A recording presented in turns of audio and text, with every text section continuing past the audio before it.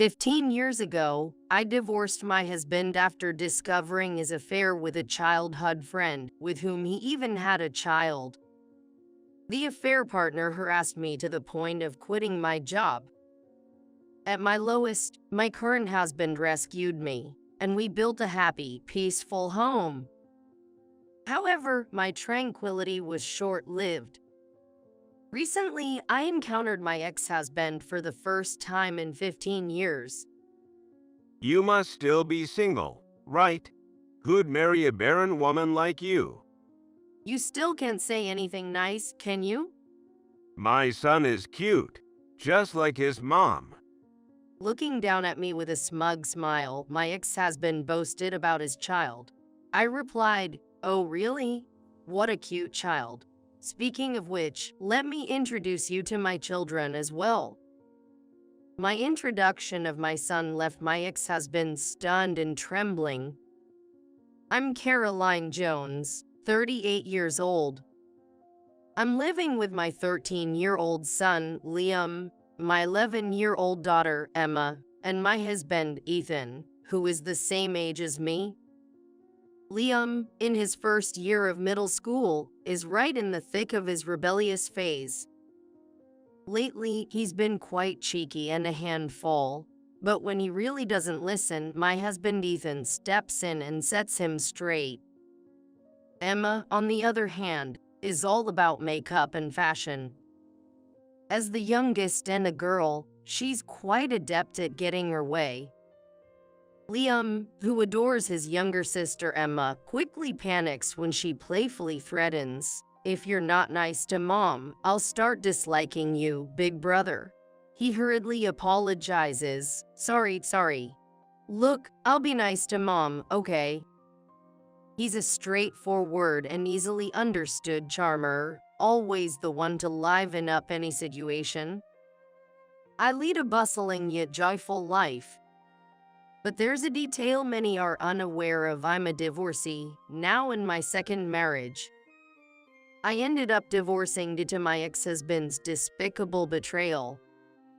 15 years ago, my ex-husband, whom I'll call Michael, was my senior at the university. We had many mutual friends and were blessed with good wishes from everyone around us, so everything seemed smooth and promising.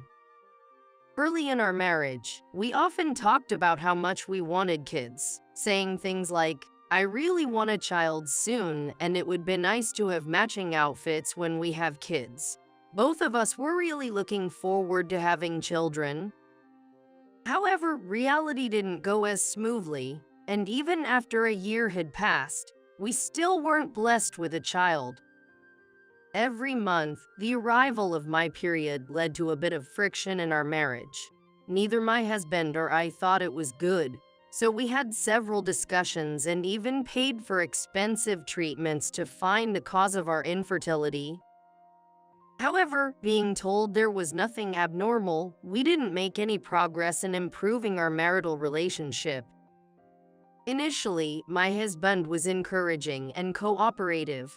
However, as time passed without us having children, he seemed to become irritated and his attitude towards me started to change. When will I ever become a father?" he said loudly, throwing a sarcastic remark. His comments implied that he believes I'm the reason we can't have children. He stopped being cooperative with household chores, leaving everything to me: cooking, washing dishes, laundry, and cleaning. When I asked, "Hey, why did you suddenly stop helping with the housework? You used to do it before," he replied, "Because you're infertile. If you don't do the housework, you're not fulfilling your role as a woman, making our marriage pointless." Afterward, my husband's words became increasingly barbed. My sister and her husband are already expecting their second child. Isn't that great? They're on their second, and we haven't even had our first yet. My husband glared at me with a harsh look, scorning and mocking me. If you had a normal body, I would have been a father long ago. How can you say I'm not normal when we don't even know the cause yet? But my husband said, it's always the woman's fault for infertility. Don't you know that? If I had known you were infertile, I would have never married you. You should feel a bit guilty. His words pierced my heart like sharp thorns. I also began receiving calls from my in-laws, eagerly saying, we can't wait to see a grandchild. At first, I brushed it off, saying, it's only been a year, and having a baby is a blessing. However, this seemed to backfire. My mother-in-law's attitude became harsher, accusing me, you're useless for not being able to bear children. Your sister-in-law did it so quickly. You're the only defective one. This daily pressure weighed heavily on me. One day, my best friend Isabella invited me out for drinks after a long time. Michael, my ex-husband, had been busy with work and did a lot of overtime, so he was rarely home. That's when Isabella shared some shocking news with me. I've been wanting to see you for so long. I have something important to talk to you about, Caroline. I've missed you too, so what's on your mind? Caroline, do you remember Leah? Leah was Michael's childhood friend. They lived near each other when they were young, and their parents were close. Leah attended the same university as us and now works at the same company as me. Leah, the daughter of my company's CEO, got her job through family connections. We weren't close in college since we were in different clubs and departments, and even at work, we hardly interacted being in separate divisions. Once, my husband introduced me just once to Leah, saying, she's my girlfriend, so please get along with her. But Leah, perhaps not wanting to lose her childhood friend Michael, glared at me with sharp eyes. Thinking she disliked me, I tried to avoid her as much as possible. Leah, tall and strikingly beautiful, was so popular in college that she participated in beauty pageants. Being a CEO's daughter and a beauty made her somewhat of a celebrity at our office. Leah, oh, Michael's childhood friend, right? Yeah, I know her, she's beautiful. We're in the same company but hardly interact. What about her? Well, it's hard to say, but I think your husband and Leah are having an affair. What? I was utterly shocked by Isabella's unexpected warning. I saw them recently. They were walking hand in hand, not just like friends. No way. I think you should check it out. If you need to talk, just call me, okay? Thank you for telling me. Michael was cheating. I had suspected it. His behavior towards me was awful, always coming home late, claiming he had to work overtime. He was never around on weekends, always busy with client entertainment. I had a sneaking suspicion, but I was pretending not to notice. That day, after parting with Isabella, I headed straight to a detective agency. The reason was, of course, to gather evidence of my husband's infidelity. Within a week, they had all the evidence, but I wasn't ready to file for divorce. No matter how terrible he was the man I once vowed to spend my life with. I couldn't decide right away. A few days later, I came home to find Michael, who usually came home late, sitting at the dinner table. Oh, you're home. Yeah. I thought you'd be late again today. I tried to sound sarcastic on purpose. Yeah. Sorry about that. I need to talk to you. Having heard about the affair from Isabella, I braced myself for bad news. I want a divorce. What? So that's how it's going to be. I realized he wasn't just fooling around with Leah. He was serious about her. Leah is pregnant. I'm going to marry her. Leah, your childhood friend. You said she was just a friend. and now she's pregnant. You were having an affair. Don't call it an affair. Haha. Makes me sound like a jerk. Can't help it, right? Leah can get pregnant. She's beautiful, and there's no reason for me to choose you over her. Michael's shameless attitude stunned me. He didn't think he did anything wrong. I was speechless. Seeing me silent, Michael smirked and said, My mom has been nagging me to divorce you. She says Leah is prettier, kinder, and can bear children. She always liked Leah better. This will make her happy. I knew they always preferred Leah. Tears welled up in my eyes. Well, I've packed my stuff. Gotta get back to Leah and her upcoming baby. Haha. With that, Michael left the house. I didn't have the strength to stop him. Later, a one-sided divorce paper arrived. A woman's handwriting was on a note tucked inside. Please divorce my husband soon. Seeing the contradictory words, I felt a question mark floating above my head. I really wanted to retort, "No, it was you who took my husband away." Seeing those words, I snapped back to reality. I was stuck with questions on my head. Why am I being blamed? I can't just silently accept this divorce. Determined, I took the evidence I had gathered from the detective agency and filed for divorce mediation. A few days after filing, I received a call from an unknown number. Wondering who it could be, I answered the phone to hear a woman's voice screaming, "What do you think you're doing? Why did you start a lawsuit?" It was Leah, Michael's mistress.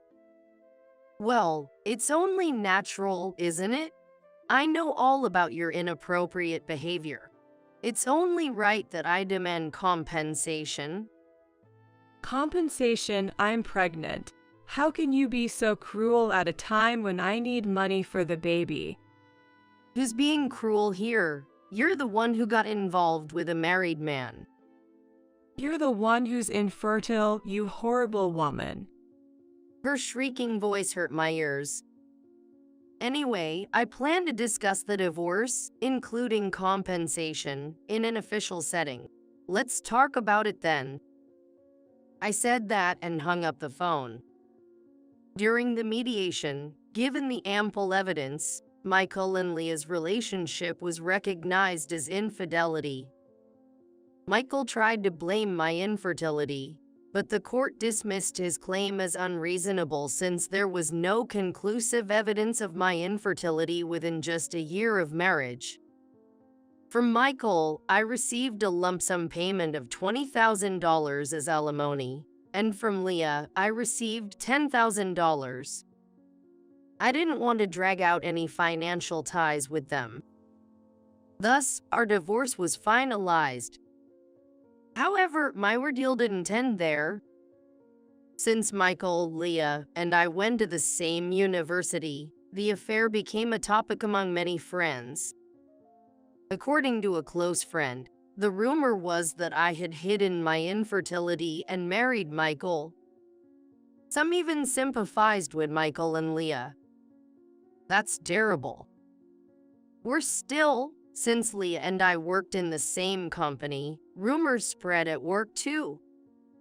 Everyone sided with the beautiful and influential company president's daughter, Leah, who made herself look like a victim, her eyes brimming with tears. Caroline is such a horrible person, demanding alimony when I'm about to have a baby. She even hid her infertility. She sobbed, seeking sympathy. At first, I tried to ignore it, but since Leah was the president's daughter, my bosses scolded me, saying, "Don't treat Leah badly." No matter how hard I worked, I was continually removed from major projects. Eventually, I was pushed to the point of resigning. While looking for a new job, I was headhunted by another company. "We need someone as diligent and capable as you," they said. In this new workplace, I thrived beyond my expectations. My boss really took the time to see each employee as an individual. Unlike my previous company, there was absolutely no culture of favoritism towards the boss's daughter or nepotism. I found myself drawn to such a wonderful boss. And that person turned out to be my current husband, Ethan. Ethan supported me when I was at my lowest after the cruel breakup with Michael. After several dinners together, we gradually began to talk about not just work but also personal matters, and this naturally developed into a romantic relationship. Our relationship was going well, and thankfully, Ethan proposed to me. However, still haunted by my past, I confessed my fears of infertility to him. Then Ethan looked at me with sincere eyes and said, "Of course, I'd be happy if we have children in the future. But the most important thing is that I love you, Caroline. You mean everything to me. So, even if we can't have children, I'll always be by your side." Saying this, he gently hugged me. I was truly happy. I came to the realization that I wanted to spend my lifetime with this man and decided to marry Ethan. Shortly after marrying Ethan, we welcomed our first child, a son named Liam. Not long after, our second child, a daughter named Emma, was born. Maybe the inability to conceive with Michael was a matter of timing or compatibility. Parenting is challenging, but we are living happily every day. One day, I was attending a friend's wedding. As the wedding reached its midpoint, with guests mingling and making their rounds of greetings, I stood up from my seat to head to the restroom. That's when, for the first time in 15 years, I spotted my ex-husband, the man who had left me. Yikes. Why is he here? My mind went blank for a moment. But then I remembered today's bride and groom were our university friends. It couldn't be helped that my ex-husband was there. I tried to ignore him and walk by without being noticed, but he loudly called out, "Hey." He noticed me after all. Like, what? What do you mean, what? You're here too. Haven't seen you in a while. You've gained weight. Ha. Ha ha. Michael, possibly drunk, was talking loudly and spitting while talking to me. You haven't changed a bit. Still as sarcastic as ever, I added in my mind. Then my ex-husband called his family over. There were Leah and her son. Leah, seeing me, laughed and said, "Oh my, long time no see. Have you put on weight? Stress eating, maybe? Ha ha." We've been through a lot. Ha ha. You're still infertile, right? No one would want you now. Ha ha. I was so appalled by their rude behavior that I was at a loss for words. Suddenly, I noticed their son looking down, blushing with embarrassment. He had very handsome features. I forgot to introduce him. This is my son. He looks cute like Leah, right? Leah proudly boasted about her son. "He's handsome, smart, a real genius. Sorry, it seems like we're the only ones happy here. Ha ha." The couple laughed at me, proudly showing off their son. However, their son had a distorted expression on his face, and that caught my attention a bit. It seems he's growing increasingly dissatisfied with his parents' attitude of scorning others right in front of him. I thought to myself, he must be a really kind child. But I had no time for them. Just as I was about to leave, Michael grabbed my arm tightly. You divorced me because of infertility, and yet you still had the gall to take money from us. Michael seemed to still hold a grudge about something that happened 15 years ago. If anyone should hold a grudge, it's me. Then Leah turned to me. Yeah, you're infertile and single. Why do you need money? Families like us with children need it more. Give us back double the money you took back then. I was stunned by their selfishness. Just then, Michael's son spoke up. Single means unmarried, right?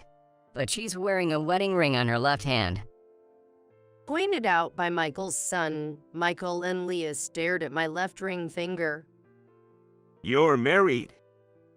Everyone around was staring as Michael and Leah screamed loudly.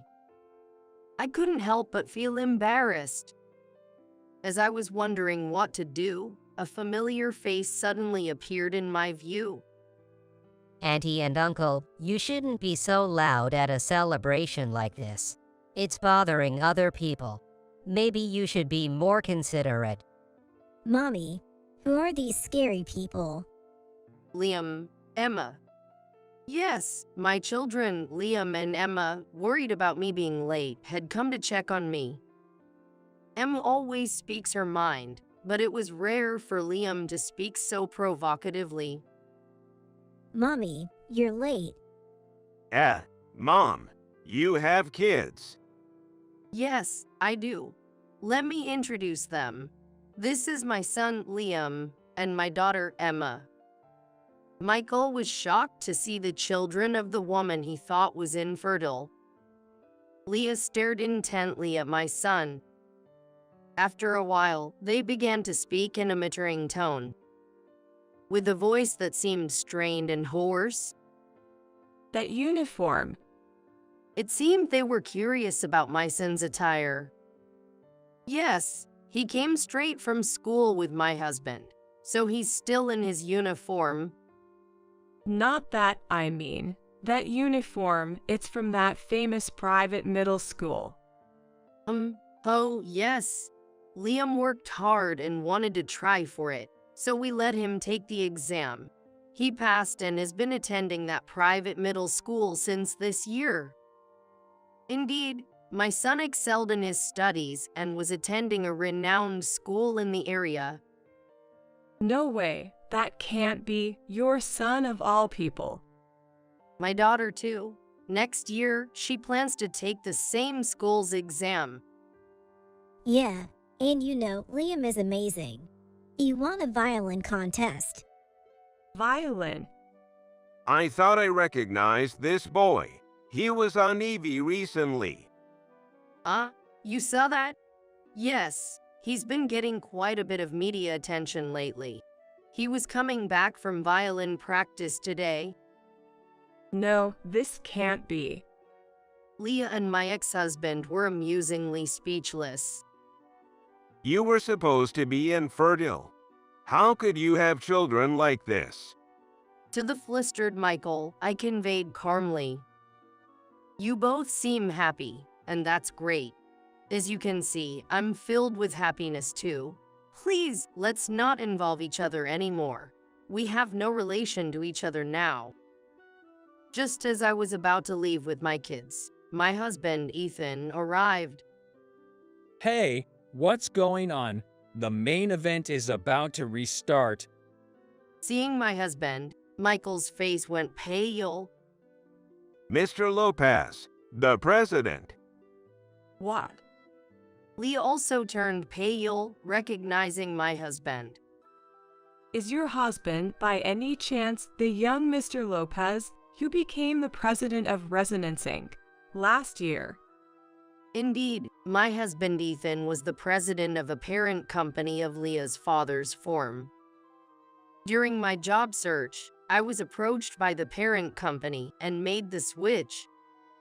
At the new job, I met my future husband, Ethan, who was already popular and skilled. Last year, Ethan was appointed as the president of the company, recommended by the then president. I'm Lopez. Huck, what's with this atmosphere? What happened? Sensing the uneasy atmosphere, my husband looked puzzled, and then my son, Liam, spoke up. I heard these people calling Mom infertile and fat, so Emma and I came to help her out. You heard that, huh? It seems like Liam and Emma overheard me being insulted by my ex-husband and his wife. That's why Liam spoke in such a manner earlier. You guys are, wait, that. Realizing the context, my husband's expression hardened. I heard rumors, but I didn't expect such a lack of decency. Then, Michael suddenly started making excuses to my husband. No, I mean, Mr. Lopez, the president. There's no way I would speak ill of the wife of President Lopez. Right, Leah. Why are you groveling to this woman's husband? I was the one who suffered because of her, getting in trouble with my father for having my money taken. I'll never forgive her. Leah, think before you speak. If he dislikes us, our subcontracting company is finished. As Michael started to flatter my husband and Leah protested, they began arguing. It's just unbelievable. Then their son, who had been silent, shouted out, Let's stop this already. I've been listening, and it's terrible how Mom and Dad are talking about this lady. Calling her fat, infertile, and ridiculing her, and then demanding money back. It's embarrassing for me. And what's this about an affair? Am I a child born from an affair? Am I an unwanted child? Hearing their son's tearful plea, Michael and Leah started to become visibly unsettled. Well, it's not like that. So. I realized that the other attendees around us were staring at us. Finally noticing the stares from around us, she blushed deeply and looked down. Although I couldn't forgive Michael and Leah, I admired their son for his strong sense of justice and kindness. He had nothing to do with this. Thinking this, I hurriedly tried to back up their son. But before I could say anything, my husband spoke up. Thank you for defending my wife from the insults. You really are a kind child. He said, patting the boy's head. Continuing, I also spoke up with a smile. But maybe I am a bit chubby. That's not true at all. Well, actually, I'm pregnant. My belly has been growing. I said, stroking my belly. Actually, I was then pregnant with our third child. I was on maternity leave. To the child with tear-filled, reddened eyes, I said, Your mom also nurtured you in her belly with great care. You're not an unwanted child. Your mom and dad love you and are proud of you, right? Saying this, I looked at Michael and Leah. The boy also asked them, Really? They quickly nodded and said, Yes, you're our pride. Yeah, you're very important to us. The boy immediately brightened up with a smile. Seeing him smile, I felt relieved. Let's get back to our seats for now. It's a day of celebration. Saying that, each family returned to their own seats. And so, the chaotic scene came to an end. The wedding concluded successfully, and as we headed to the station, Leah and Michael approached with their son, holding hands. Liam and Emma were protective of me, but my husband chuckled and calmed them down.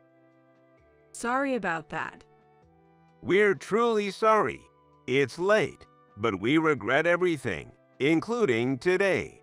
And thank you for earlier, for our son. It was the first apology I had received from them in 15 years. Perhaps having a child had changed them a bit.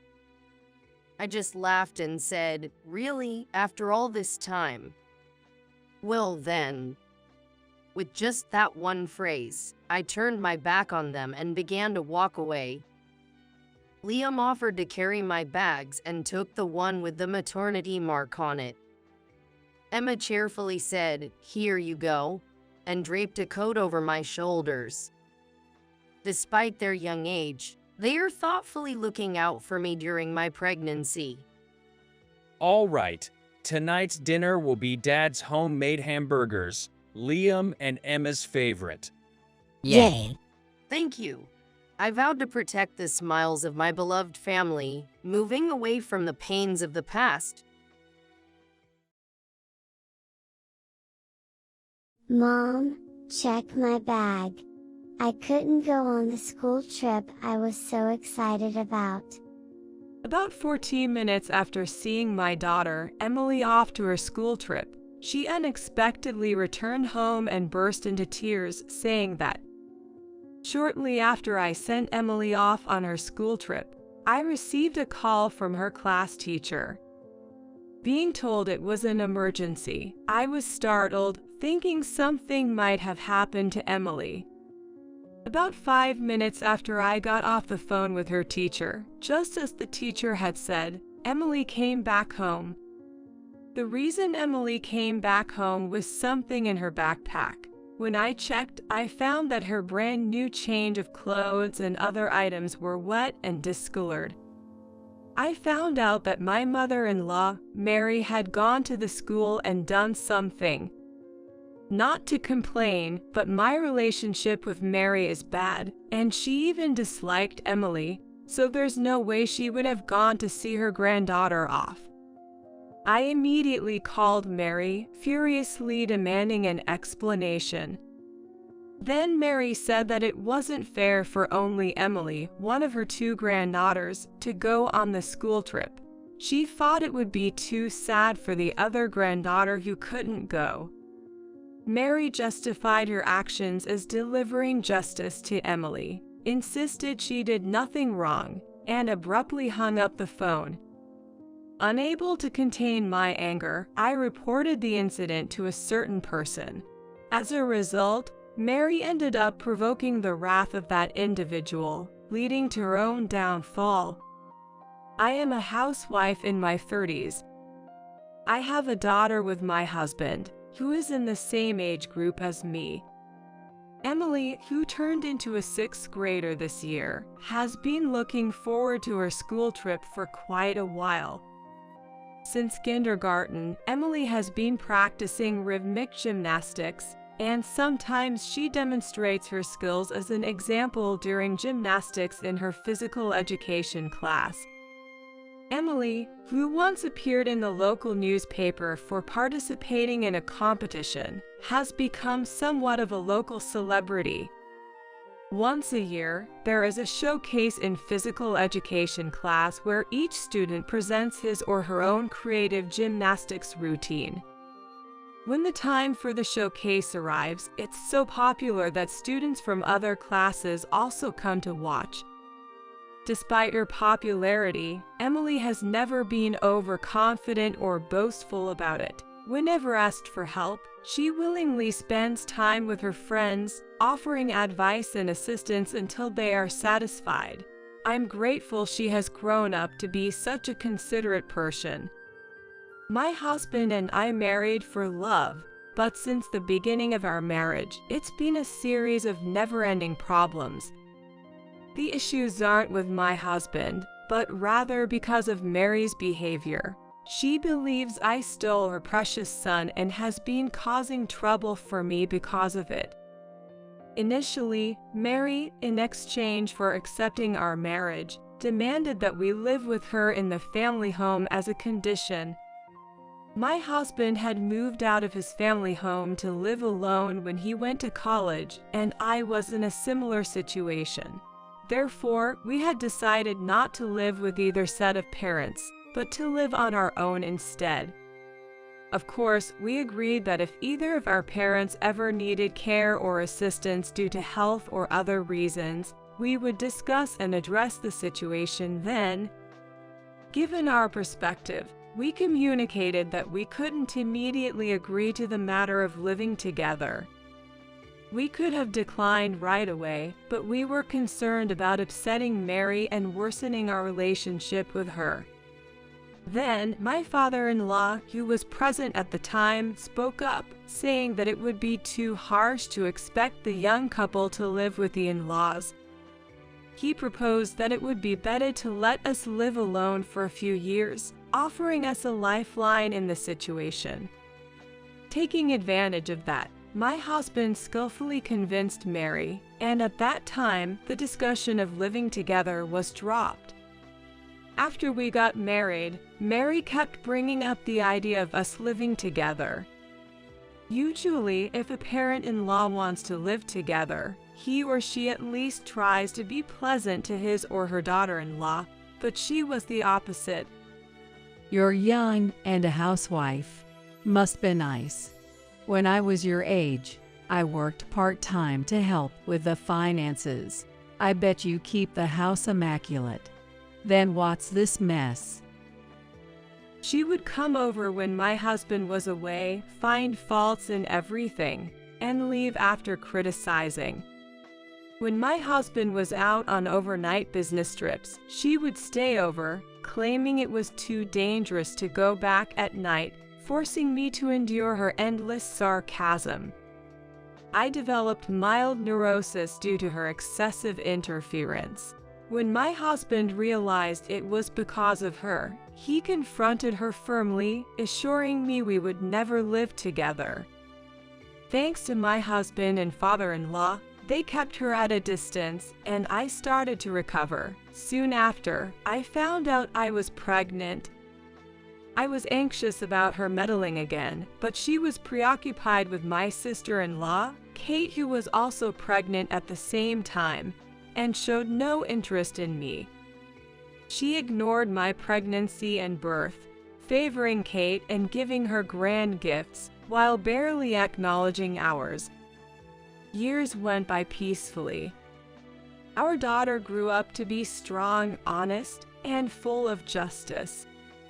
Mary believed that our not living with her precious son was my doing, that I had brainwashed him.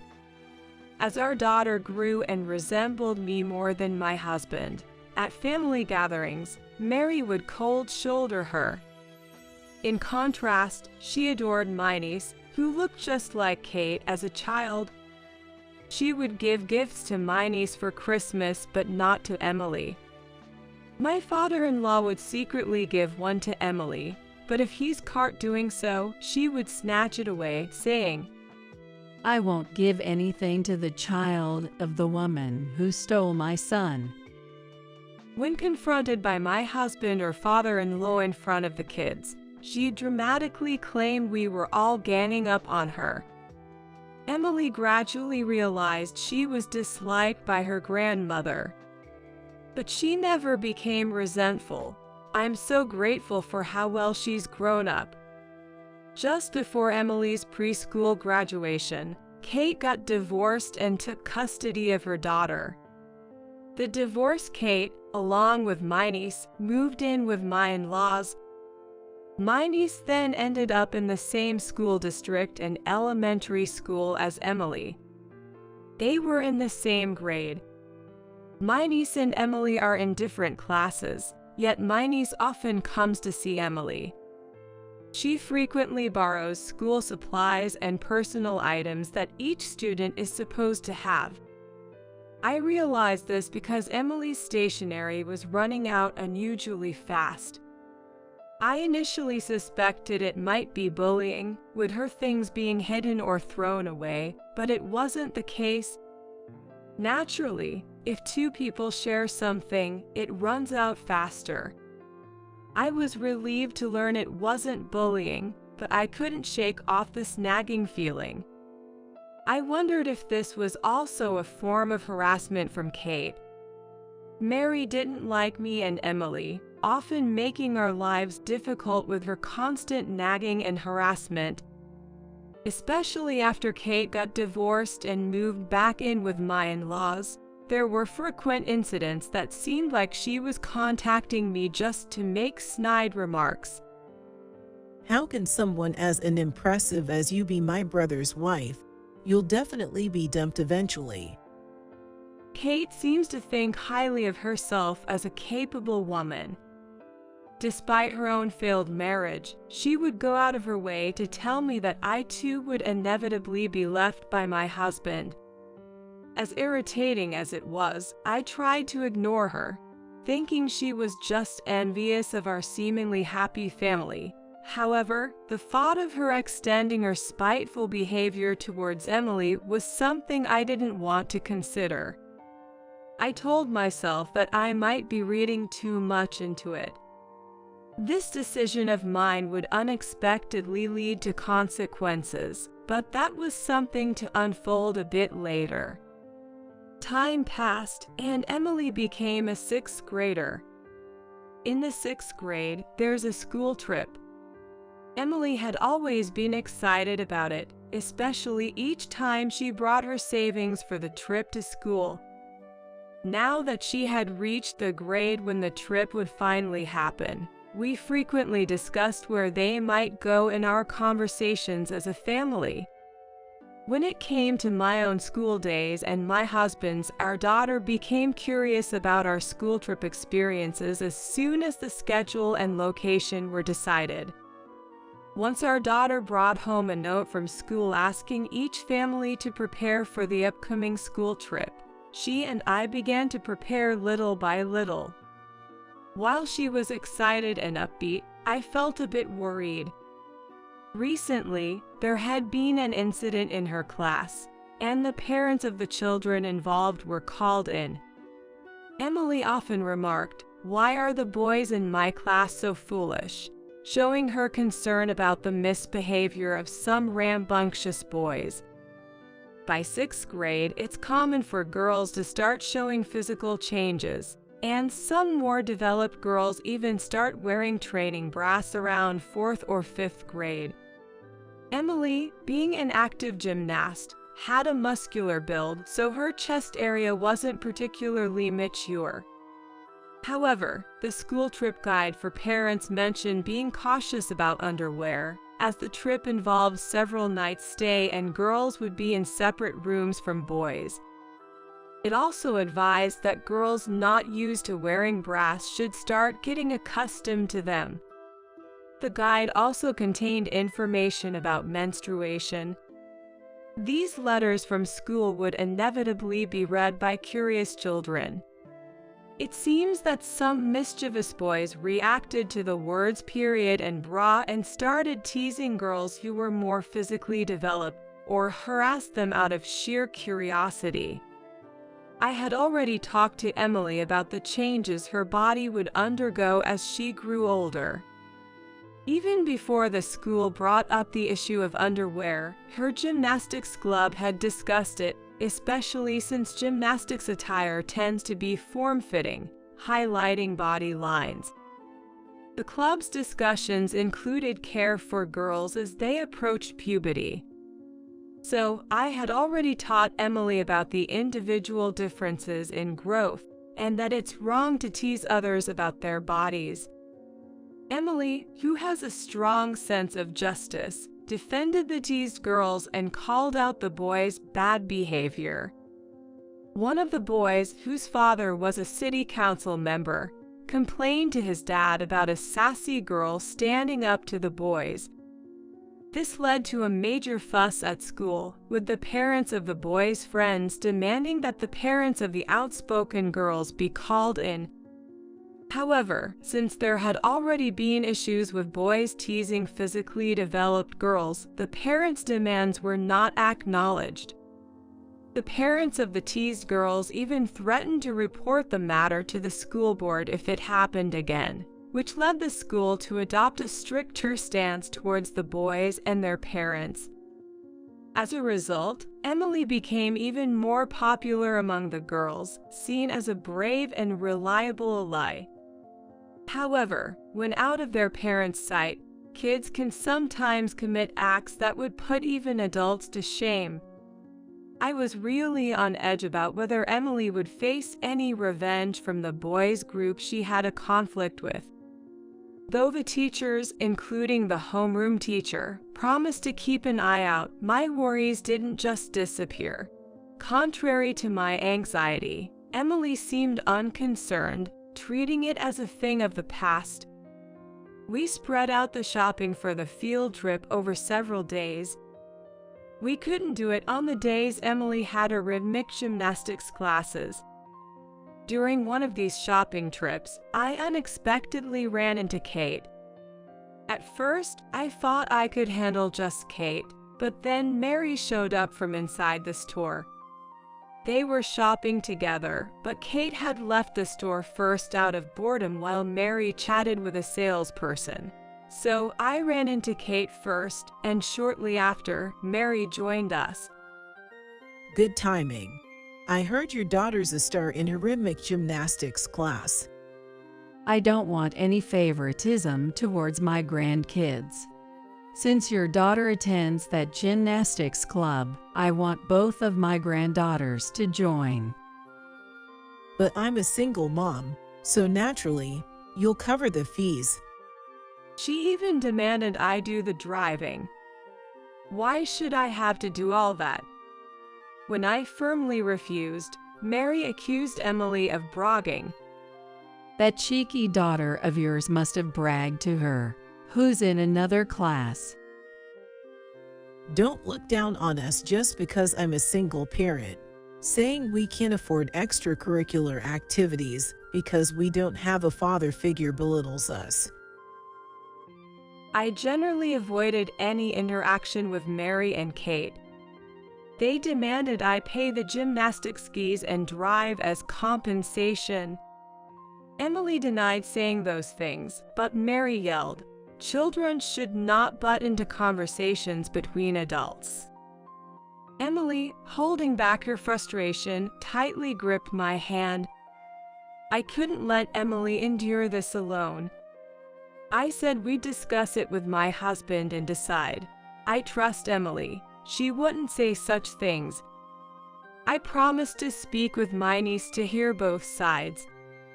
Announcing that we'd talk to my niece and make a decision, Mary and Kate seemed panicked at the prospect of my husband getting involved. Seizing the opportunity, we left. Once home, I hugged Emily. "I'm sorry for making you go through this," I repeated.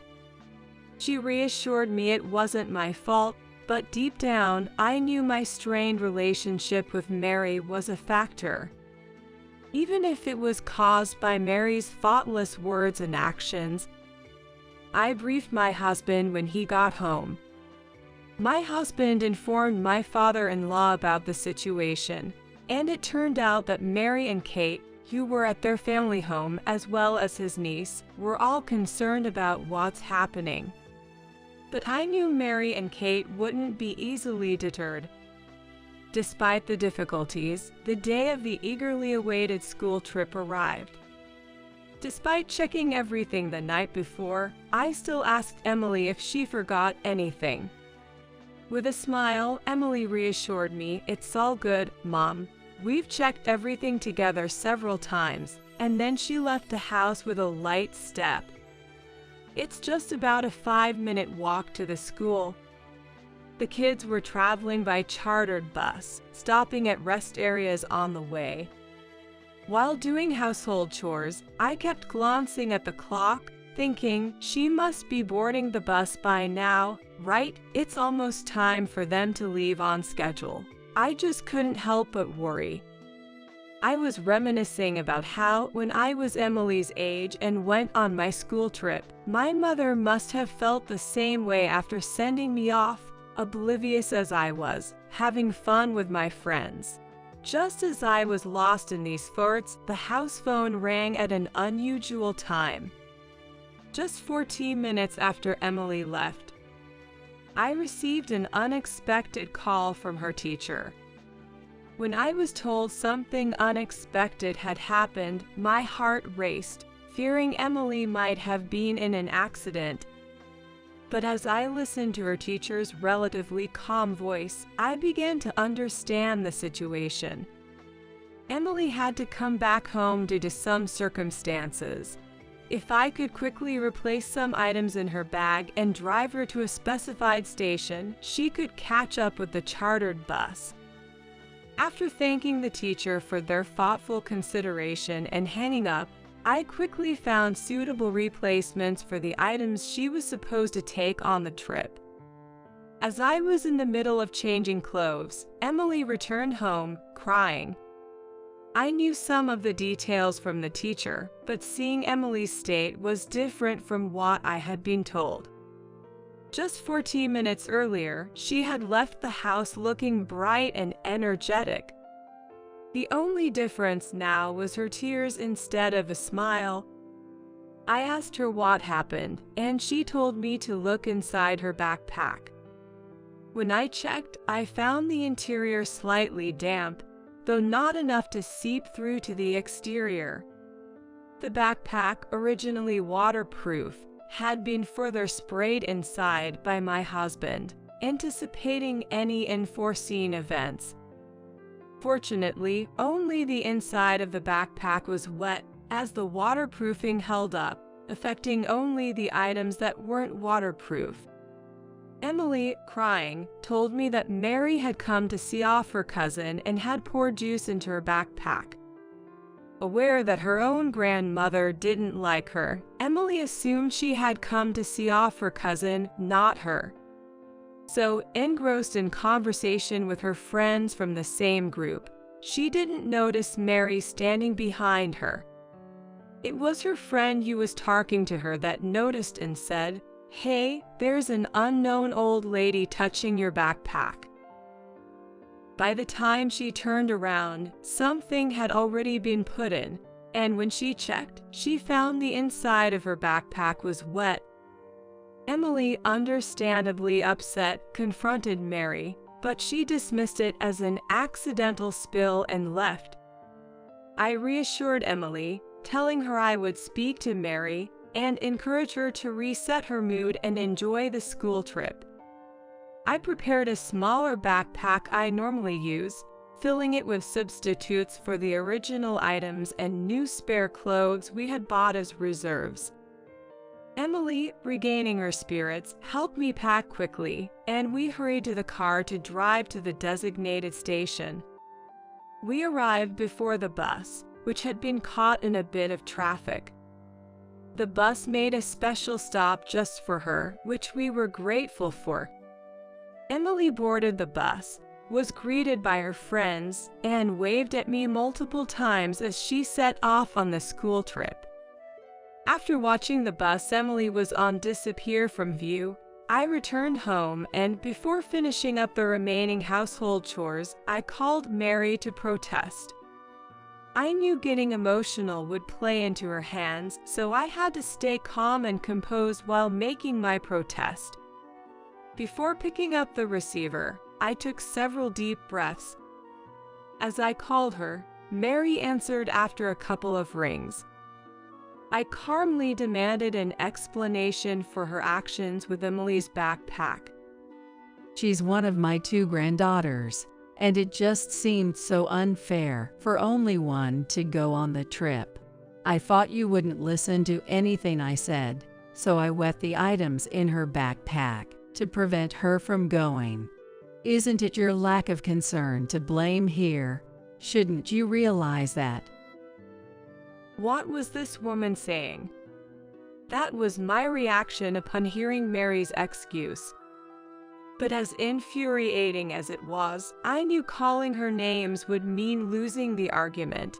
I tried to stay calm and counter her words. But then she abruptly ended the call, claiming she had to go out. I wasn't even aware that my niece couldn't go on the school trip. I generally avoided any interaction with Mary and Kate. How could I have known? Moreover, Emily hadn't mentioned anything about her cousin not being able to go. There was no information about any illness or injury, and even though my relationship with Kate wasn't good, if my niece had been sick or injured, my husband would have heard about it. My husband would have surely shared such information with me, at least for the sake of keeping me informed. The anger inside me was boiling, and just then my niece called. She confessed to feeling envious after seeing how excited Emily was about the trip. I generally avoided any interaction with Mary and Kate. However, she was told by her mother that she couldn't go because they hadn't made any payments for the trip. Mary, upon hearing this, decided that since my niece couldn't go, it would only be fair if Emily also had a painful experience. She had said this the night before, but my niece never thought she'd actually prevent her from going. My niece apologized to me. It turned out she didn't know they weren't making payments. Kate had told her that the trip was fully paid for and that she didn't have to worry about anything. So my niece believed what she was told, but as the school trip drew near, she was confronted with the fact that no payment had been made. What a cruel thing for Kate to do. There were children in Emily's class who, for various reasons, couldn't attend the trip. When I was a child, there were also kids who didn't participate in school events due to illness or religious reasons. I had told Emily not to ask such children why they weren't going. I assume my niece's teacher, trying to be considerate, didn't pursue the unpaid fees for the school trip. If they had, my niece would have questioned it, and my father-in-law, who lives with them, would have noticed. I couldn't forgive Kate for imposing such a burden on her child. I had been avoiding them, but this time I couldn't just let it go. I decided to take action, not just for my niece, who had apologized to me, but also to give them a piece of my mind. I reassured my niece that it wasn't her fault and that this was an adult problem. That evening, when my husband came home from work, I explained everything that had happened. He immediately contacted my father-in-law, and we shared the whole story. My father-in-law, still working and in his late 50s, regretted not noticing the issue with the trip and apologized. He was quite shocked to learn that no payments had been made for the school trip. My husband was furious that Mary had gone to such lengths to harass our daughter at school. He apologized to me, regretting that he could have adjusted his schedule to drop our daughter off at school, thinking that if he had been there for the send-off, he might have been able to stop Mary's wrongdoing. It's hard to imagine Mary, who had never been involved in school events, would show up for a send-off. The resolution left a lot to be desired. However, my father-in-law wasn't done yet. After our conversation, he woke up Mary and Kate to give them a piece of his mind. This lecture apparently went on until the early hours of the morning, leading them to call us before dawn as a form of retaliation. How do you like being woken up? Because you snitched to Dad. Mom and I got an earful of nagging from him. I'm too sleep deprived to do any housework, so you come here and make breakfast. It's only fair since you acted all self-righteous and told on us. What an incompetent daughter-in-law you are. However, I had only answered the phone out of reflex to the ringing and was half asleep throughout their complaints, eventually falling back asleep. Seemingly taking my mumbled responses seriously, Mary thought I was coming over to make breakfast and didn't prepare anything for my father-in-law. This led to him getting upset, wondering if his lecture hadn't been enough, and rushing to make breakfast himself.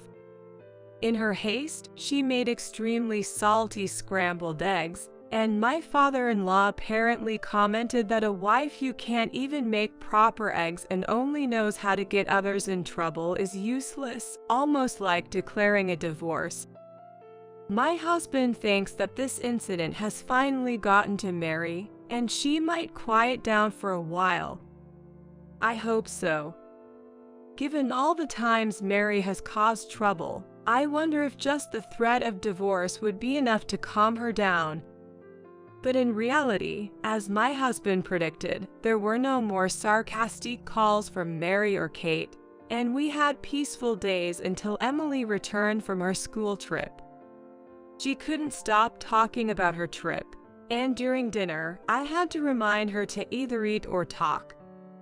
She excitedly shared her experiences, with gestures and all, right up until bedtime.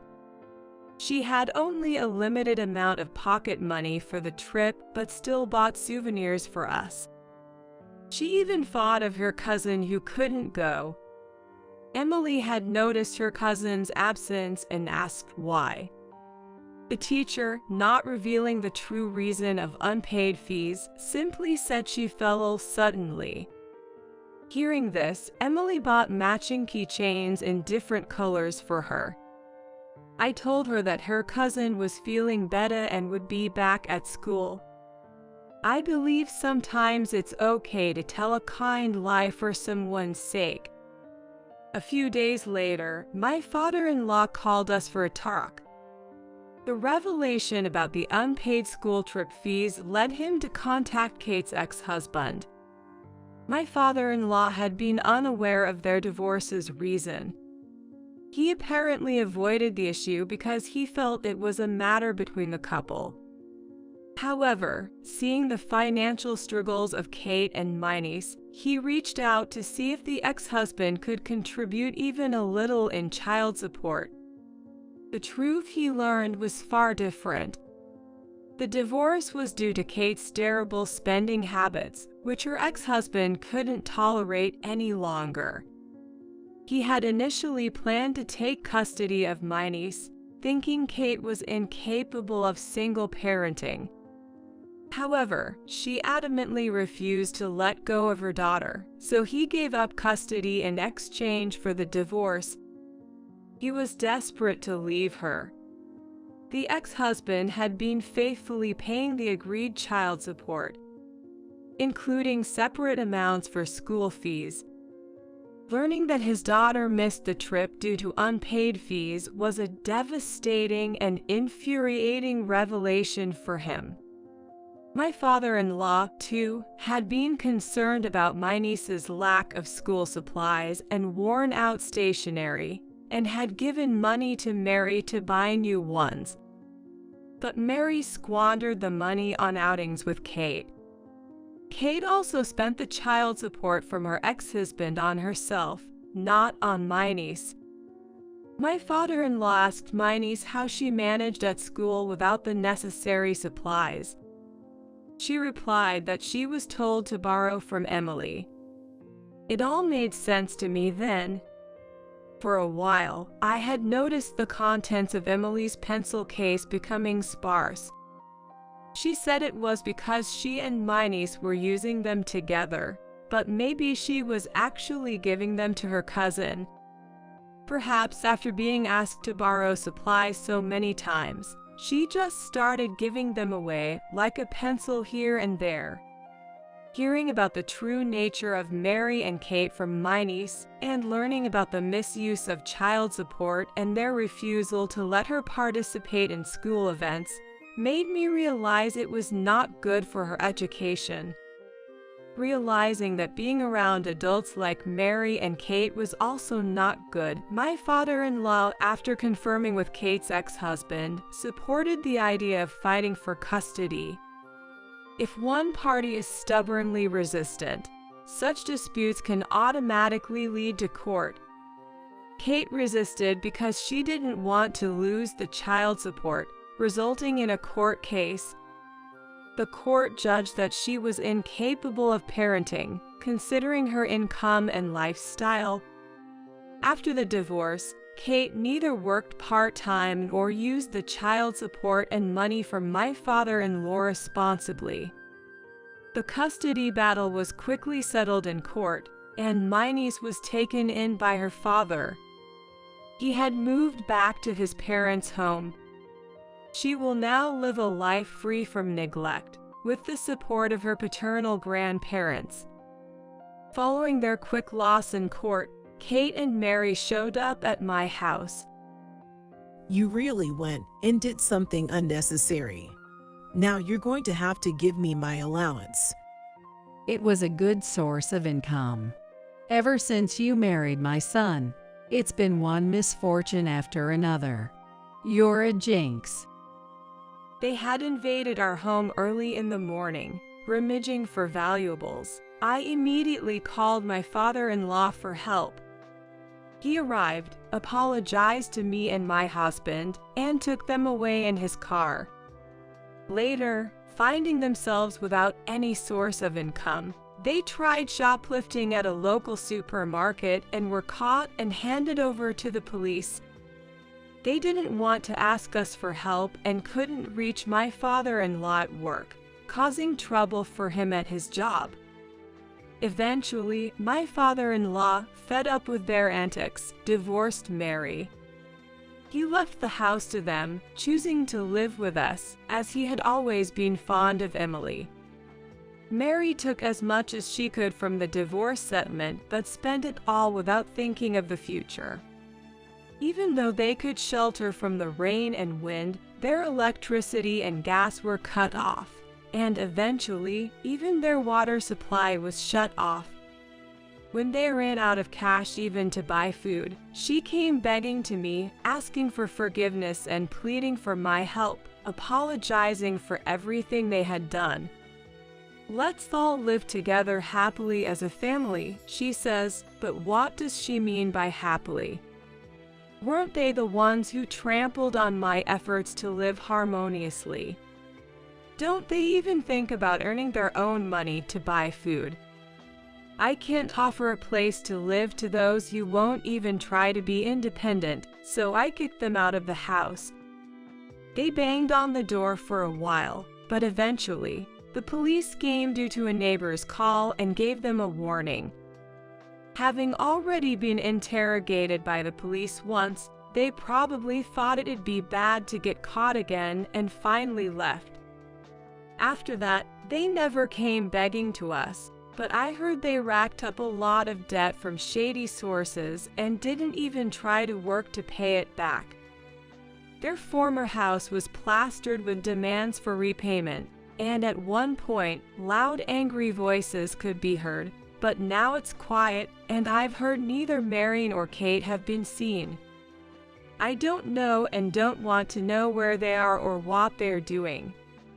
My niece has been taken in by her father and had to transfer schools. But she and Emily still keep in touch through letters and calls. They seem to enjoy their conversations. My husband and her father, now finding common ground, have been exchanging parenting tips through emails. They're even discussing taking the girls on a small trip together. I just hope for a brighter future for both my niece and Emily. Take revenge on my wife for me. These were the startling words in a letter I received from my dearly departed son. Just 13 days after his sudden passing, he had been living a happy, married life. Take revenge on my wife for me. Below the written words, there was an address I did not recognize. John, are you telling me to go to this place? As I pondered, tears stopped, but cold sweat broke out. I couldn't imagine my son, John, ever speaking of revenge. What drove him to this point? What could I possibly discover at this address? I had been shut inside my home since the funeral ended, but I quickly left my house. I was so absorbed that I even forgot to put on makeup. But that didn't matter. I wanted to fulfill my beloved son's wish. With a single-minded focus, I hurried to the address written in the letter. The place John specified in his letter was a rental storage facility, a bit away from our home. Among the rows of warehouses, I found the one with the number mentioned in the letter. I inserted the thin, small key attached to the letter into the lock and opened the door of the warehouse. The small room, about the size of 100 square feet max, was dimly lit and slightly musty, despite it being daytime. When I pressed the switch next to the door, the bare fluorescent light buzzed and lit up the interior. What is this? Instinctive fear took hold of me, and my entire body started trembling. My name is Susan Garcia.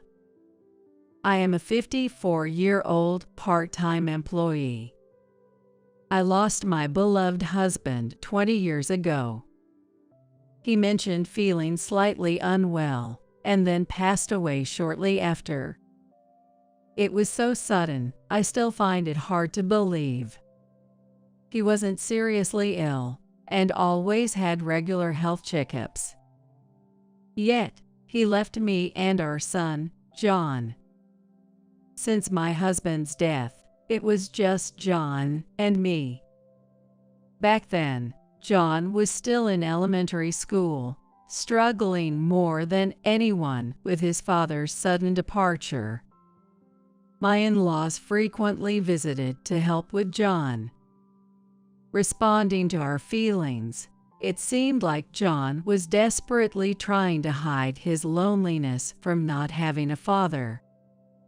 Far from that, John often encouraged me when I became panicked.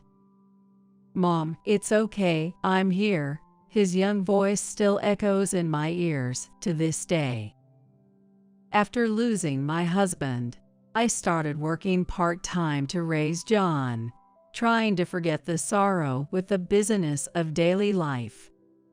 He never said anything about me being frequently away from home due to my busy job. Despite being lonely himself, he never complained and continued to encourage me. I gradually overcame my grief, responding to John's support. During his high school years, John began working part-time to help with our finances. He worked while balancing his studies, not wanting to overburden me. He did well academically, often praised by teachers at parent-teacher conference. I am thankful every day for how well he grew up despite losing his father. After graduating high school, John immediately started working. He had good enough grades for any university, but probably considering me, he made his decision. Saying, "I'm tired of studying," he started working at a small local factory. Being naturally smart, John quickly learned the ropes and was well liked by everyone there. Despite the physical demands, he seemed fulfilled every day. About 6 months later, John got a girlfriend. Previously a homebody on his days off, he started going out almost every weekend. As a mom, I felt a bit lonely, but I was also relieved that my son at that age had found someone. Above all, John looked happy, and that made me glad. He had always been considerate of me, supporting me. I hope he thinks of his own happiness now. I watched over his relationship from a distance. When John turned 27, he decided to get married. His fiancée was a woman 2 years his senior named Sarah. When they got engaged, Sarah came along with John to meet me. She was a striking beauty with distinct features, a contrast to the rather plain John. I was surprised not only that John brought such a woman home, but also that they met at a social drinking event. I was surprised by this unknown side of my beloved son, but I didn't have a bad impression of Sarah. She worked in sales at a cosmetics company. Maybe it was her job, but she was a great conversationalist, and our meeting ended on a pleasant note. Soon after, they got married, and John moved out to live with Sarah. Mom, Are you sure you'll be okay alone? It's still within the county, but a bit far. John worried about me until the last minute before moving. Sarah too seemed concerned about me living alone, and there was serious talk about us living together at one point. I appreciated their kindness, but I couldn't burden John any further. I politely declined their offer and celebrated their new life together. John still visited me often, but he started to lose weight, seemingly stressed from his job change. He chose a new job closer to Sarah's workplace, but it seemed to be tough on him. Unlike the small factory, the unfamiliar sales job was probably causing him stress and affecting his appetite. Haven't you lost weight? It's good to work hard, but it's serious if you ruin your health. Every time he came home, I would say that to John, but he would just reply, I'm fine, with no intention of changing jobs.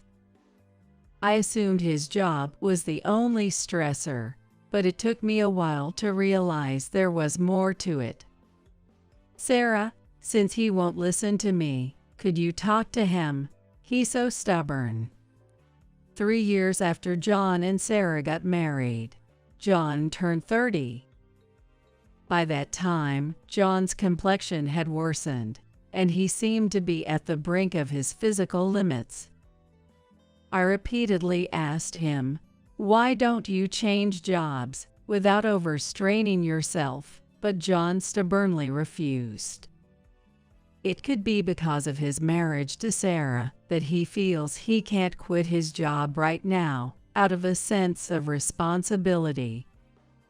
Unable to bear it, I reached out to Sarah, asking her to persuade John to consider a job change. Sarah, visibly worried about John's declining health, tearfully apologized to me, and she was saying, it was my fault. It's not your fault, Sarah. John has always been a hard worker and tends to overdo things, but I think he'll listen more if it comes from you. But I was not gonna lie, I was somewhat irritated with Sarah. Despite my repeated requests to take care of John, she seemed to do nothing but only apologize. I couldn't blame her directly, so I could only watch as John continued to decline. Several days after contacting Sarah, I still hadn't heard anything from her. She should know how worried I am. I thought she should give me at least an update. Due to worrying about John, I find myself getting irritated over trivial things.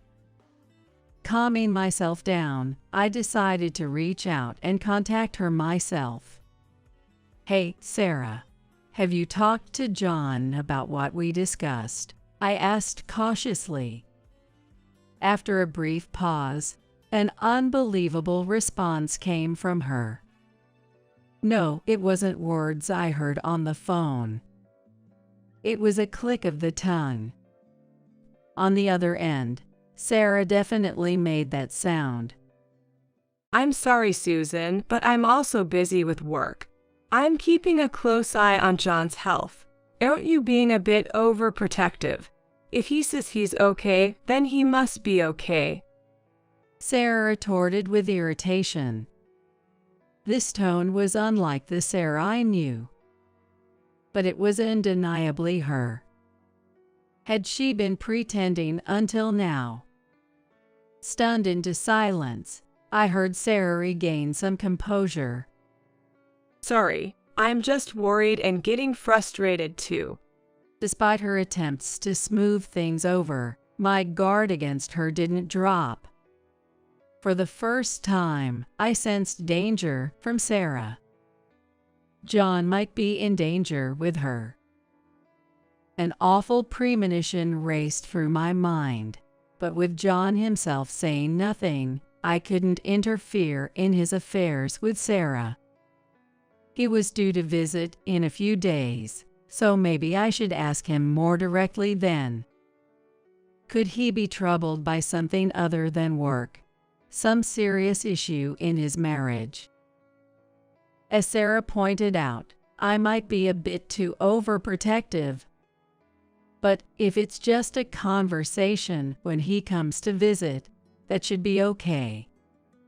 Just to listen, after all. I managed to calm my racing heart and waited for John's visit. But my decision was a grave mistake. One I would regret for the rest of my life. It happened so suddenly. Is this Mrs. Susan, John's mother? The call from the police gripped my heart painfully. A dreadful feeling pierced me, and I nearly fainted. It can't be. Before the officer could even state their business, my mind raced with the worst scenarios. Part of me desperately denied it, yet somewhere there was also a feeling of resignation. I didn't want to hear any more. Fighting the urge to hang up, I nodded. As expected, they informed me of John's death. He had taken his own life. Please, stay calm. They kept saying, but I dropped the phone. I was in such shock, I forgot to even cry, standing dumbfounded. Why, John? I repeated his name over and over, as if broken. How much time had passed? The sound of the front door being forcefully knocked brought me back to reality. Concerned about the disconnected call, several police officers had come to check on me. I crawled to the door and opened it. Seeing the officers' sorrowful faces, I finally broke down and cried. A female officer accompanied them, embracing me as she cried along. This is real. John is gone. That's how I lost my beloved son. Overwhelmed with grief, I went through the funeral proceedings, but my memory of it is mostly a blur. I had even forgotten my anger towards Sarah, focusing solely on what needed to be done. There were many things I wanted to say, to talk about, but at that moment, I couldn't do any of it. The police, seeing my condition, decided to postpone their inquiry for a while. During that time, the police seemed to be questioning Sarah, but I doubted she would reveal anything.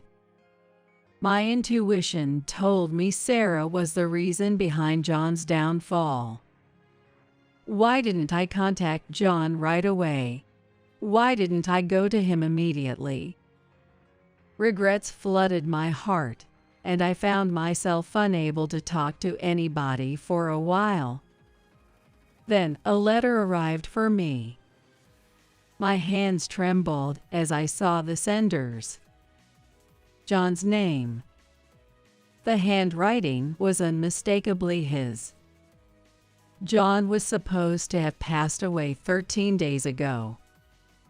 In a panic, I rushed back to my room and tore open the envelope. Tears naturally flowed as I clutched John's letter. It must have been written by him before his passing. Without a suicide note, the true cause was shrouded in darkness, and I was afraid to read the contents. However, this letter might reveal what happened to John. The cause that had been eating away at him for years. The letter, opened with trembling hands, was filled with words of gratitude towards me. My body shook uncontrollably, and sobs overcame me. Why couldn't I save John? Why? The same questions circled in my mind. As I tried to return the letter to the envelope, I noticed another piece of paper inside. What's this? I unfolded the letter and couldn't believe the words written on it. Take revenge on my wife for me. Below the words was an unfamiliar address. John, are you telling me to go to this place?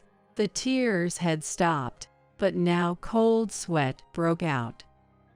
I couldn't imagine John ever speaking of revenge. He must have been driven to the edge. What could I find at this address? I had been cooped up at home since the funeral, but now I immediately left, forgetting even to put on makeup. But that didn't matter now. I wanted to honor my dear son's last wish. With that single-minded determination, I hurried to the address in John's letter. It led me to a rental storage facility not far from my home. Among the rows of warehouses, I found the one numbered in the letter. Inserting a thin, small key attached to the letter into the lock, I opened the warehouse door. The small room, about the size of 100 square feet max, was dimly lit and slightly musty, despite it being daytime. As I turned on the switch next to the door, the bare fluorescent light buzzed to life, illuminating the interior. What is this? The room, gradually brightening, revealed a desk covered with scattered photos. Around it, notes littered the floor, along with notebooks and empty plastic bottles. The scene was bizarre, hard to believe those were used by John. He was always organized and tidy, unlike this mess. A sense of fear instinctively gripped me, shaking my entire body. I'm about to see something I shouldn't. Facing the unsettling scene, I closed my eyes and took a deep breath. When I finally looked at the photos on the desk, my eyes fixated on them. There was Sarah, not alone, but holding hands intimately with an unknown man. Looking at the other photos, each one captured those two together. Undoubtedly, they were proof of cheating. As I had suspected from the letter's words, Sarah was the cause of John's stress. There might have been some stress from work, but unquestionably, it was Sarah's actions that drove John to end his life. While trying to calm my trembling body, I frantically started going through the notes and notebooks. The notebook, in fine handwriting, detailed dates and times, what Sarah said to John, and how she treated him. February 13th at 2:30 p.m. She called me useless. February 23rd at 8:24 p.m. She hit me. The details were horrific, each line a scream from my heart. Why didn't I notice? Why didn't John tell me anything? The more I fought, the more whys filled my head. Alongside John's own writings, there were what seemed to be reports from a private investigator. The photos, too, were likely taken by someone he had hired to investigate Sarah's infidelity. Inside an envelope on the desk, I found several USB drives. I gathered them, along with the other evidence, into my bag and closed the warehouse door. I couldn't stay any longer. The place felt thick with John's resentment, attacking even me, his mother. John, I'm so sorry.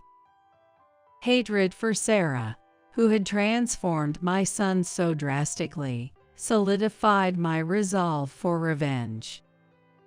Why did John have to suffer like this? Why didn't he seek help from anyone? I vowed to find the answers, and avenge John's unfulfilled grievances. Back home, I went through the awful treatment and evidence of infidelity John had left behind. I panicked several times, feeling sick. The pain was unbearable. Regrets about not being able to do anything kept flooding in, and I couldn't stop the tears. Even if I avenged him, John wouldn't come back. But I couldn't stop now. I forced myself to think about what to do with the evidence. The police would soon come to inquire. Should I hand these over to them? No, that seems too lenient. John had taken his life, tormented by Sarah and her lover's betrayal. What should I do to ensure John rests in peace? Just then, the doorbell rang, signaling a visitor. Was it the police? Looking at the intercom camera, I saw a familiar face. Hello, it's Johnson. The young man on the camera was Johnson Smith. Johnson is John's friend since high school. I opened the door, and Johnson's face was the awkward face. I invited Johnson inside and led him to John's room. Johnson took out some sweets from his paper bag and gazed at John's photo. He prayed intently for a while, then turned back to me. His face had changed from earlier. It seemed like he had made some kind of resolution. Johnson adjusted his glasses with his left hand and reached into his pocket, pulling out a letter. Johnson took out a letter and handed it over to me. It was identical to the one I had received from John. This letter is from John. I was informed that it has reached you as well. Besides me, John had also sent a letter to Johnson, asking for revenge against Sarah. As a mother, I might still consider it, but involving someone else like Johnson in this matter is unthinkable. Though it pains me to go against John's wish, I had to convey just that. However, Johnson denied this, saying, Even if we talk about revenge, I have no intention of breaking the law. I'm sure John wouldn't want that either. Hearing Johnson say this made me realize something. What was I thinking? I had been swept away by the idea of revenge in the shock of losing John. Although I didn't have a clear plan, I feared what I might have done if I were alone. Perhaps John also thought of this, which is why he left a letter for Johnson too. At the funeral, I handed it to you, but let me do it again. Johnson continued, taking out a business card case from his pocket. The card he gave me had Johnson's name and his work details. I couldn't talk to you in detail at that time and just handed you my business card rather abruptly. Thinking back, I indeed received his business card at the funeral. He used to come over to our house several times since high school and even attended John's wedding party. Why he gave me the business card at this time, I remembered thinking, but I was too shocked to check it then. I hadn't paid attention to Johnson's words at that moment. He had definitely said, Please contact me if you're in trouble. The business card read Johnson Law Office. I recalled it. Johnson had pursued a career in law after graduating from high school. He had visited our home even after that, but all I knew was that he was working in New York. I never imagined that Johnson had become a lawyer. Accepting John's letter, Johnson had decided to seek revenge within the bounds of the law. Johnson, having lost a dear friend, had made this resolution and came to visit me. My office is closed for a while, He said, smiling for the first time. It was a nostalgic smile. Johnson wanted to help me and John as a friend. He didn't want to accept payment. Along with the letter, a substantial retainer fee arrived from John through registered mail with cash. But Johnson handed it all back to me. I can't accept this. This is the least I can do, having been unable to help him. Please let me do this job as his friend. Johnson said that. I hastily stopped him and decided to keep the money for the time being. Not only I, but also Johnson had struggled with our inability to save John. So I should consider Johnson's feelings as well. I told Johnson about the contents of John's letter and the items I found in the storage. But let's take a break for now. You must be tired from the long journey. Shall we have some tea first? Johnson might be feeling the same urgency, but we had found a strong ally in each other. That was true for both of us. We needed to calm down first. Feeling this, I decided to welcome Johnson as my son's friend.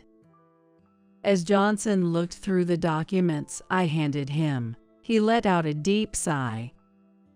This is tough, he said, a statement that could be interpreted as either a remark to me or a spontaneous utterance. The man Sarah was having an affair with was named Brian Taylor. According to the notes left by John, it seems that Brian, too, knew John. Brian had been threatening John repeatedly to break up with Sarah and had continued to harass him. Johnson, being knowledgeable in law, stated that Brian was as guilty as Sarah. Even if they denied the affair, there were photos and evidence left by John. This should be enough to build a strong case. As a lawyer, I can't do much in court, but I do have the knowledge.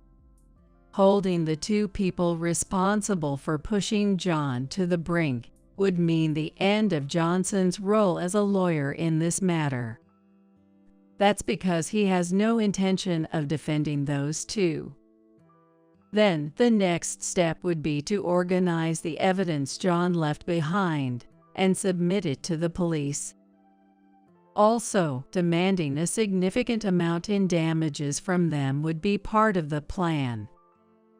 We will submit what John left to the police and bring those two to justice, Johnson affirmed, as if convincing himself.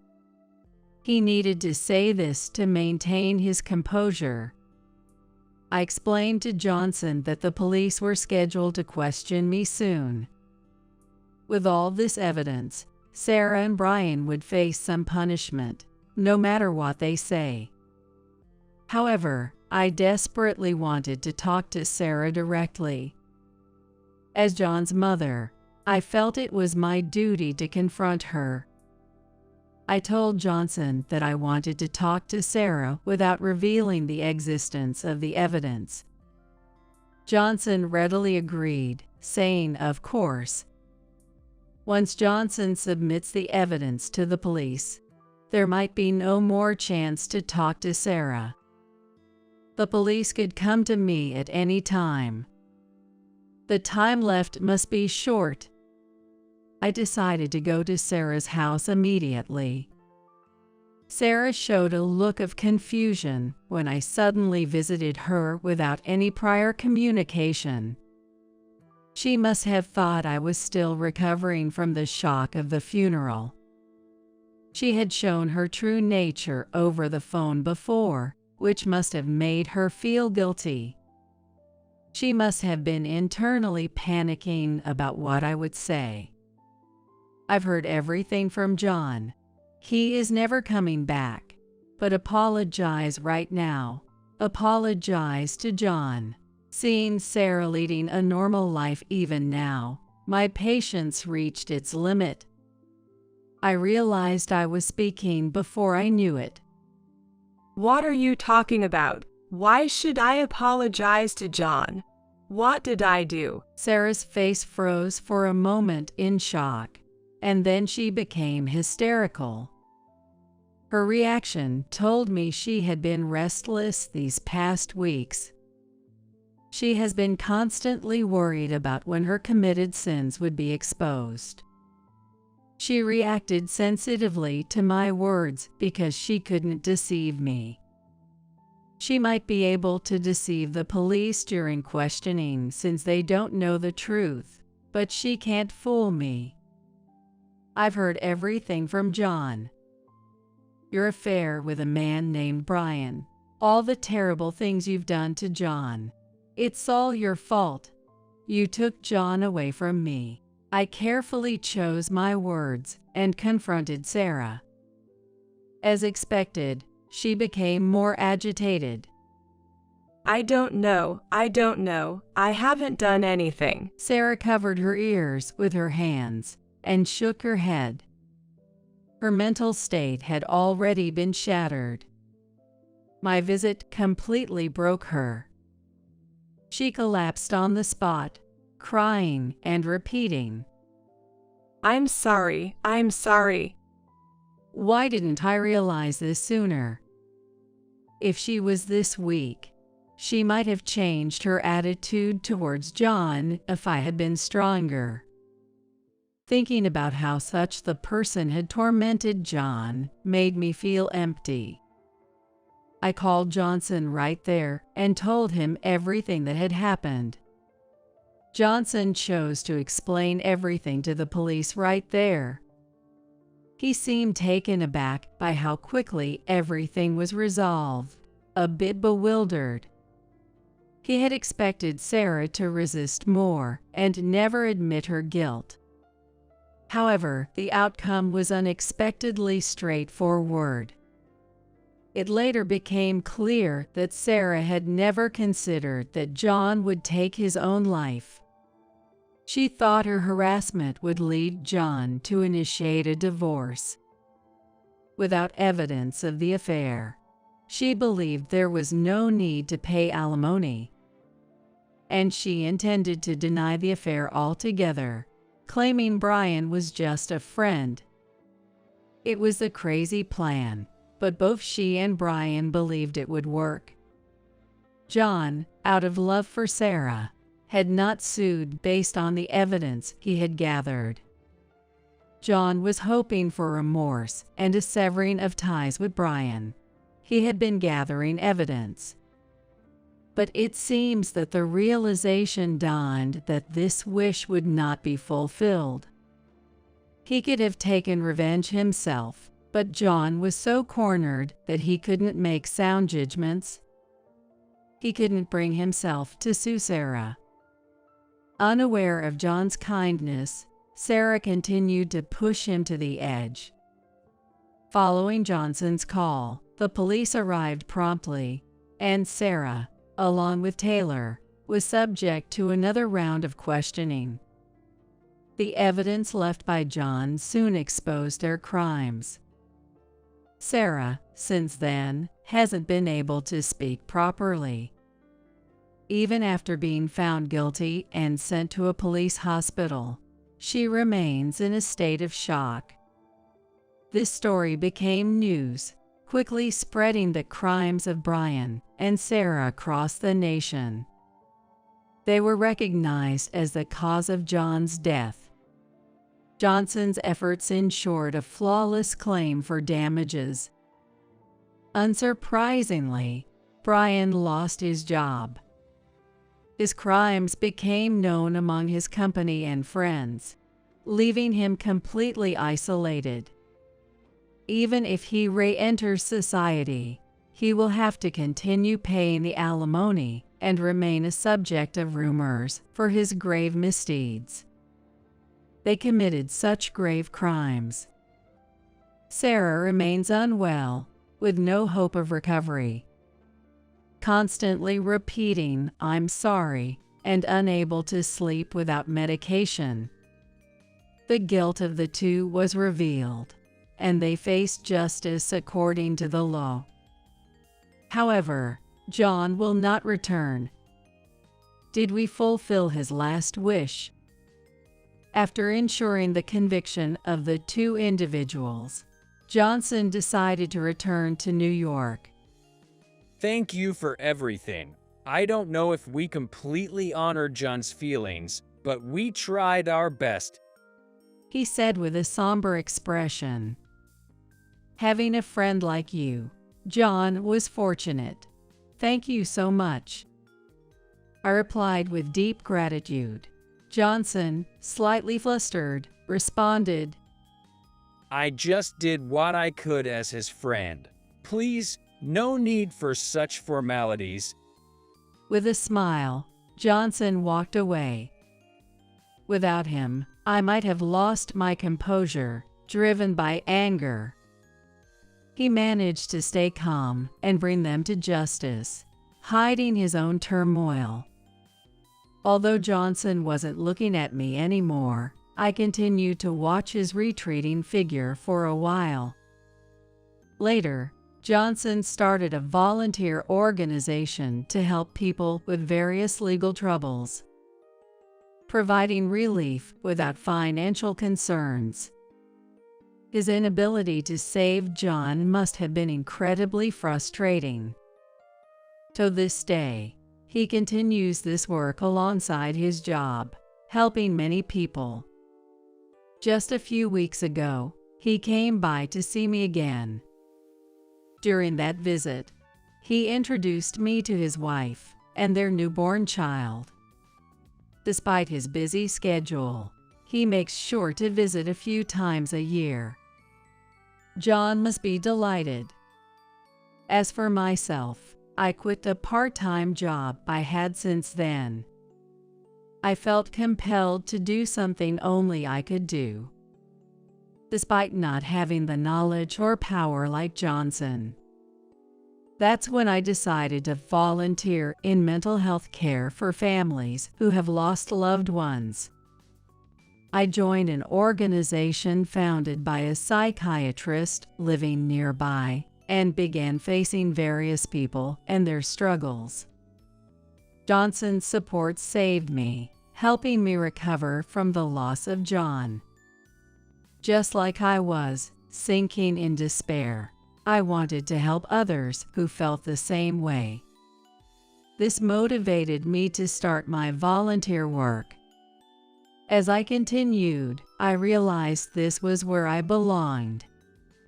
It wasn't just about saving families engulfed in grief, but possibly preventing others from ending up like my son.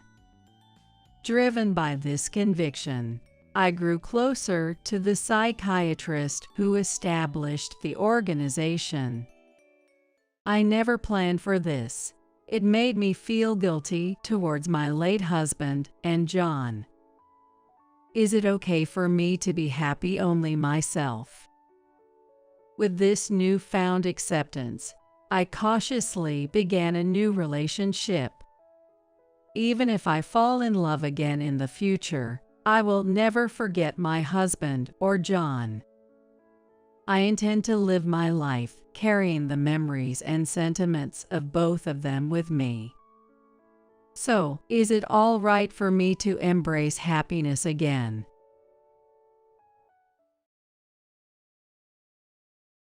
Finally, no more baggage. Starting today, I'm living with my parents at my place. As soon as my parents passed away, my husband, Matthew, who had our family home demolished, spat this out to me, who stood dumbfounded in front of where our home used to be. What are you talking about? Have you lost your mind? Come to our house quickly with the inheritance. I couldn't help but burst into laughter at his words. I see. So that's what this was about. What? Why are you laughing? Don't you guys know? Know what? Matthew, along with his parents, John and Elizabeth, looked at me, puzzled by my laughter. I then told the three of them the truth. My name is Michelle Naxon. I was born the eldest daughter to my parents, who were typical office workers. I have one brother. We were a very ordinary family. At 29, I married Matthew, and we had 2 kids. While working, I struggled with raising children, and before I knew it, I was already 55. My son, Sean, and daughter, Ava, had grown up and become respectable working adults. Now, they each live alone and seem to be struggling with their new jobs. It's time for me and my husband to slow down. It's been an ordinary life, but a happy one. I always thought we'd continue to age like this. But that ordinary life changed completely one winter's day. My father was suddenly taken from us in an accident. He was only 72. The whole family was engulfed in grief. It affected especially my mother, Susan, who was so depressed she couldn't eat. "Mom, I feel you, but you have to eat." I kept telling her that. I know, but I just don't have the appetite. I feel tightness in my chest. Michael and I thought it was just her grief. But within half a month, she rapidly lost weight. Worried, I took her to the hospital. Cancer. I was shocked when the doctor diagnosed her. It was too advanced for surgery, and she had about a year left. I hadn't even begun to repay my parents for all they'd done for me. And now, just after losing my father, my mother too, I was more devastated than ever. But I couldn't afford to wallow in sorrow. Michael lived too far to help. So it was up to me. I immediately told Matthew that I wanted to live with my mother. She shouldn't be alone, both emotionally and physically, in her condition. But Matthew's reaction was not what I expected. What? We just finished dealing with one funeral. And now I have to be bothered with your mother too? He sighed in annoyance. Don't talk like that. Can't you just drive her to the hospital? Why do we have to live with her? She'll feel lonely. If it's too much, maybe I can just stay with her at her place for a while. I suggested that to him. Then Matthew snapped. What? And who's gonna cook for me then? I'll still come over to cook. What about cleaning? Laundry? Who's going to take care of that? I fell silent. I wanted to do everything I could, but I couldn't be in 2 places at once. If someone said that wanting to help and nurse my mother was just my selfishness, I couldn't argue back. I'm sure Mom would insist on not being a bother, saying everything should stay as it is. But I just really wanted to care for my mother no matter what. Fine, but I'm not helping with anything. Matthew said that reluctantly to me, who had fallen silent. He finally gave in, though grudgingly. Thank you, and I'm sorry. Though it was tough, at least he agreed to my wish. I replied to him while suppressing my anger at his attitude. Despite some initial difficulties, Matthew and I began living with my mom at my childhood home. We originally lived in a company house provided by Matthew's employer. Matthew was an only child. His father, John, particularly wanted us to live with them eventually, so there were no plans to buy our own home.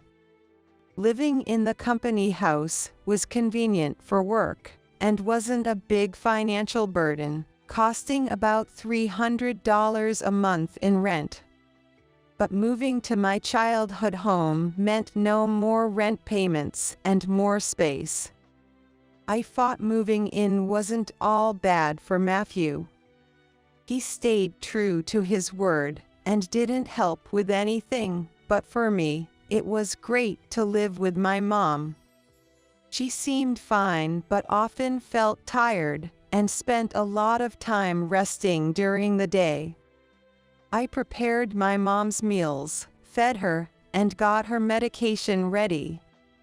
Doing all this alone would have been impossible. Thank you, Michelle. It's a big help having you here. I should thank Matthew too. Mom often said that, expressing her gratitude towards us. She didn't know about Matthew's harsh words when we first moved in, so she was grateful to him too. One evening, after Mom had gone to bed, Matthew came home. While serving dinner, I spoke up about Mom's treatment. Then, Matthew glared at me and said, "Just don't say to ask me to help you. Whatever you say, I told you I'm not helping with anything," refusing even to listen.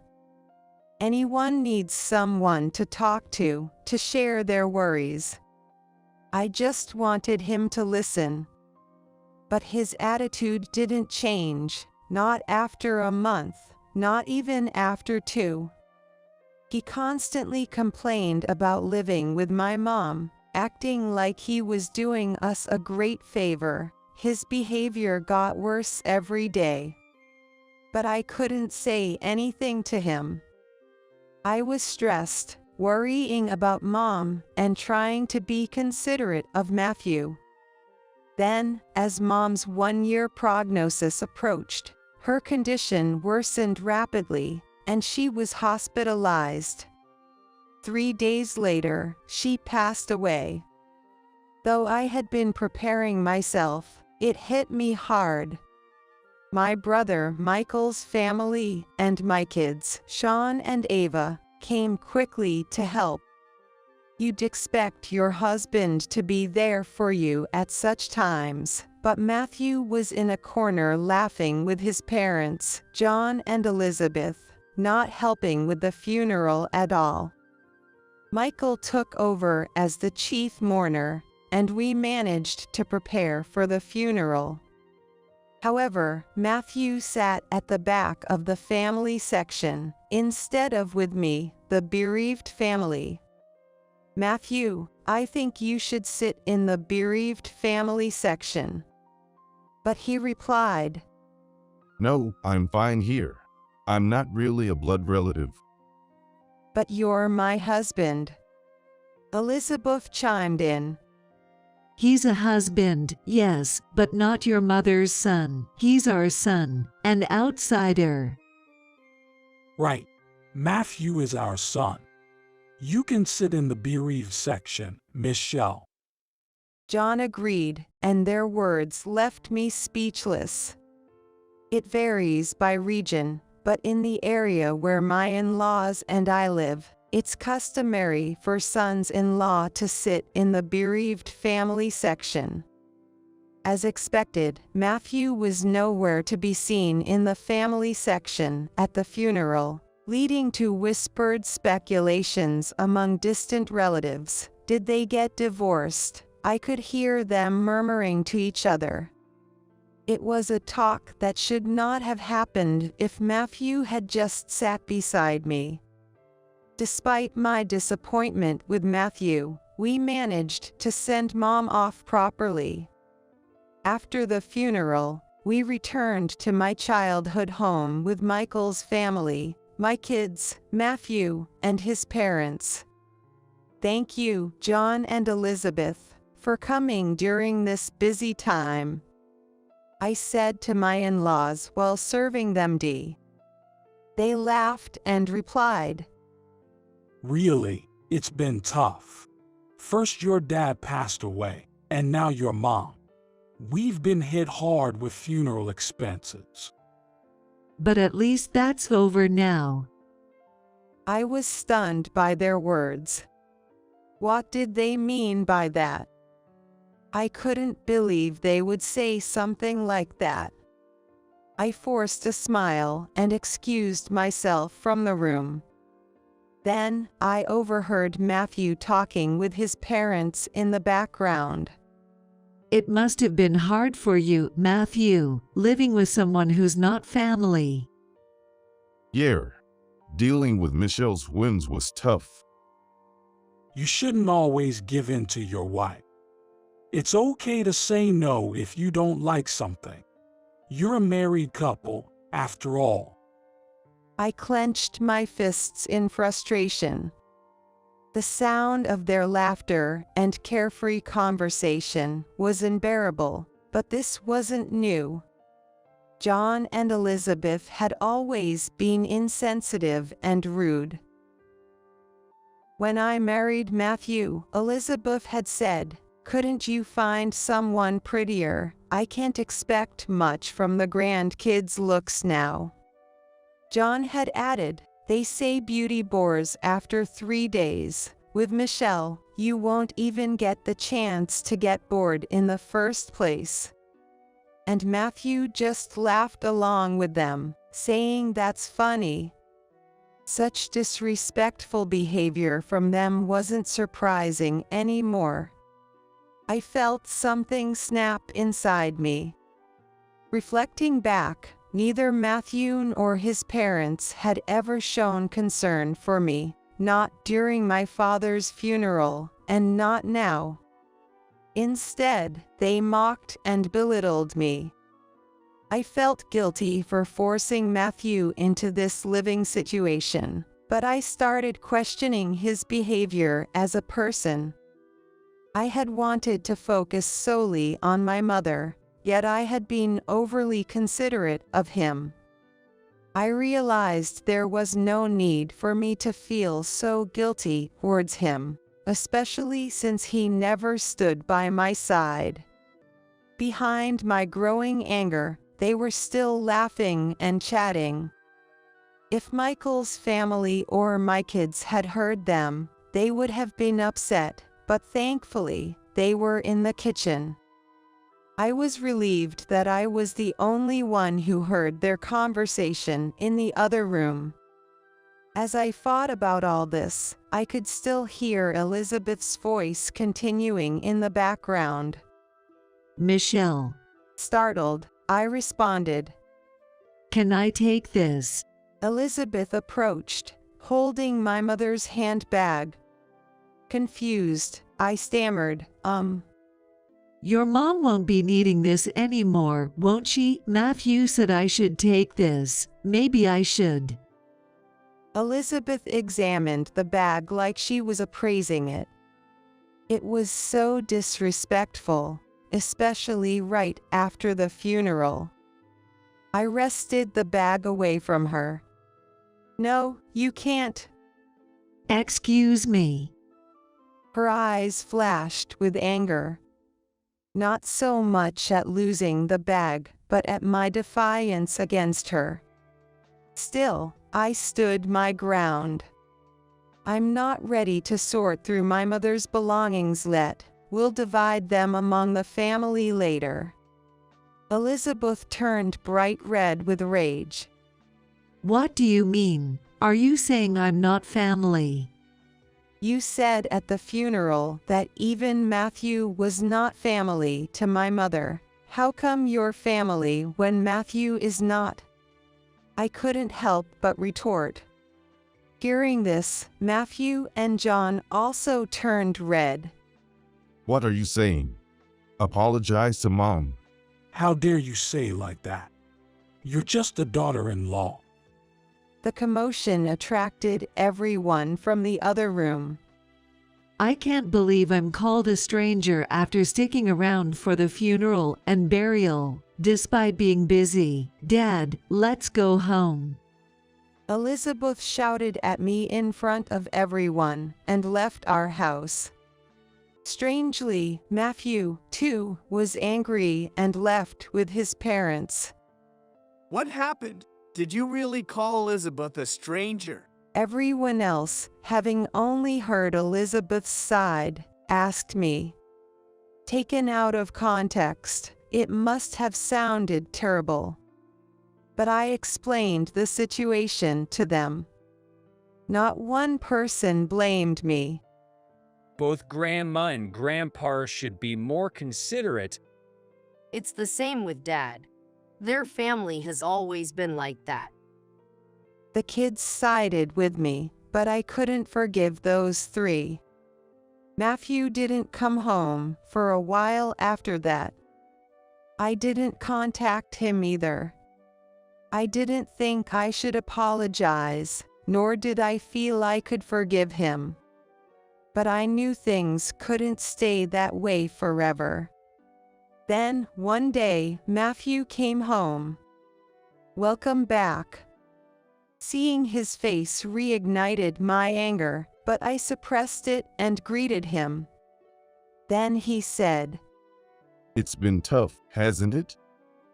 His brusque words, but his attempt at showing concern, surprised me. "Why don't you take the kids and go on a trip? It'll be a good change of scenery." Then he handed me travel vouchers. I was speechless. Tears started to flow. Maybe the kids had put him up to it. But I was happy he went along with it. I immediately contacted the kids to plan the trip. Dad did. That's unusual. They were surprised by my proposal. So it seemed like it really was Matthew's gift. Maybe Dad feels bad about it. I said that while laughing, and I gratefully accepted the travel vouchers from Matthew. Well then, I'm off. All right. Take your time. While you're at it, stay over at the kids' places. What? I can't be gone that long. It's fine. I'm gonna relax at my parents' place, so don't worry about me. He replied me while sending me off. Ava happily welcomed the idea of my visit, so before the trip, I visited both Ava and Sean's homes. Since I couldn't visit them while caring for Mom, I helped out a bit by making some meals and freezing them. Mom, you're supposed to be relaxing, not working. But thanks, this really helps. They both said that, delighted to have my cooking at home. It was all thanks to Matthew's suggestion. And finally, the much-awaited beach resort vacation came. I spent a relaxing time at the beach with my kids. It seemed to heal the fatigue from caregiving and the sorrow of losing my parents. I ended up being away for nearly a week, but the kids returned to their homes with bright smiles. It was fun. We should thank Dad once in a while. True, once in a while. But I wonder if he's up to something. Ava joked, laughing. Don't say that. Dad did think about us in his way. I replied her while laughing too. Thinking of sharing memories with Matthew and looking forward to a happy life ahead as a couple, I headed home. However, upon arriving home, I was shocked. What? The house. I looked around in disbelief. Although I was at the familiar place, the family home was gone. Suddenly, Matthew appeared out of nowhere. He was followed by John and Elizabeth. Seeing me standing there in shock, they all smirked and laughed. "Matthew, what's going on?" I demanded an explanation. With the same creepy smile as his parents, Matthew said, Finally, no more burden. From today, we're living with my parents. What are you talking about? I replied coldly. He then said, Have you lost your mind? I've demolished your family home. Come to our place quickly with your inheritance. Whatever you inherited is Matthew's now. I realized then. The house's disappearance was Matthew's doing, and it was all for the inheritance. What a betrayal it was, especially after I had come home thinking about our future together. I was filled with frustration and sadness. But I wouldn't let Matthew have his way. Not a chance, I thought. I burst out laughing at the three smirking faces. Confused by my laughter, John and Matthew wore puzzled expressions. What? Why are you laughing? What a weird woman. Has she gone mad? Elizabeth remarked, looking at me as if I was something bizarre.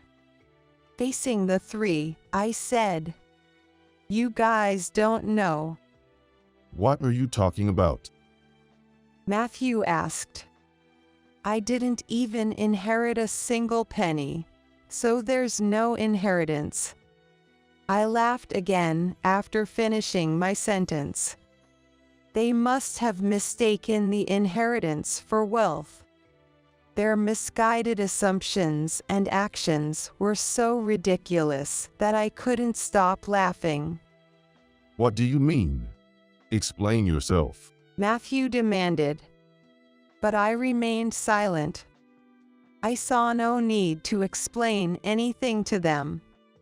Before that, I won't live with anyone else. If you want to live together with your parents, feel free to do it yourself. Ignoring Matthew's question, I rejected his initial suggestion outright, causing my mother-in-law to burst into anger. How can you help out at your parents' house but not with ours? You know there were circumstances for that, right? I moved in to help out, didn't I? I told you that you didn't need to live with me, but you chose to move in because you didn't want to do housework, remember? Faced with my retorts, Matthew and Elizabeth bit their lips in frustration. And how dare you demolish our family home without permission? There's a right and a wrong way to do things. I shouted at the three of them right there and then. And I left the scene. Behind me, I heard Matthew's voice calling, "Where are you going?" But I didn't look back.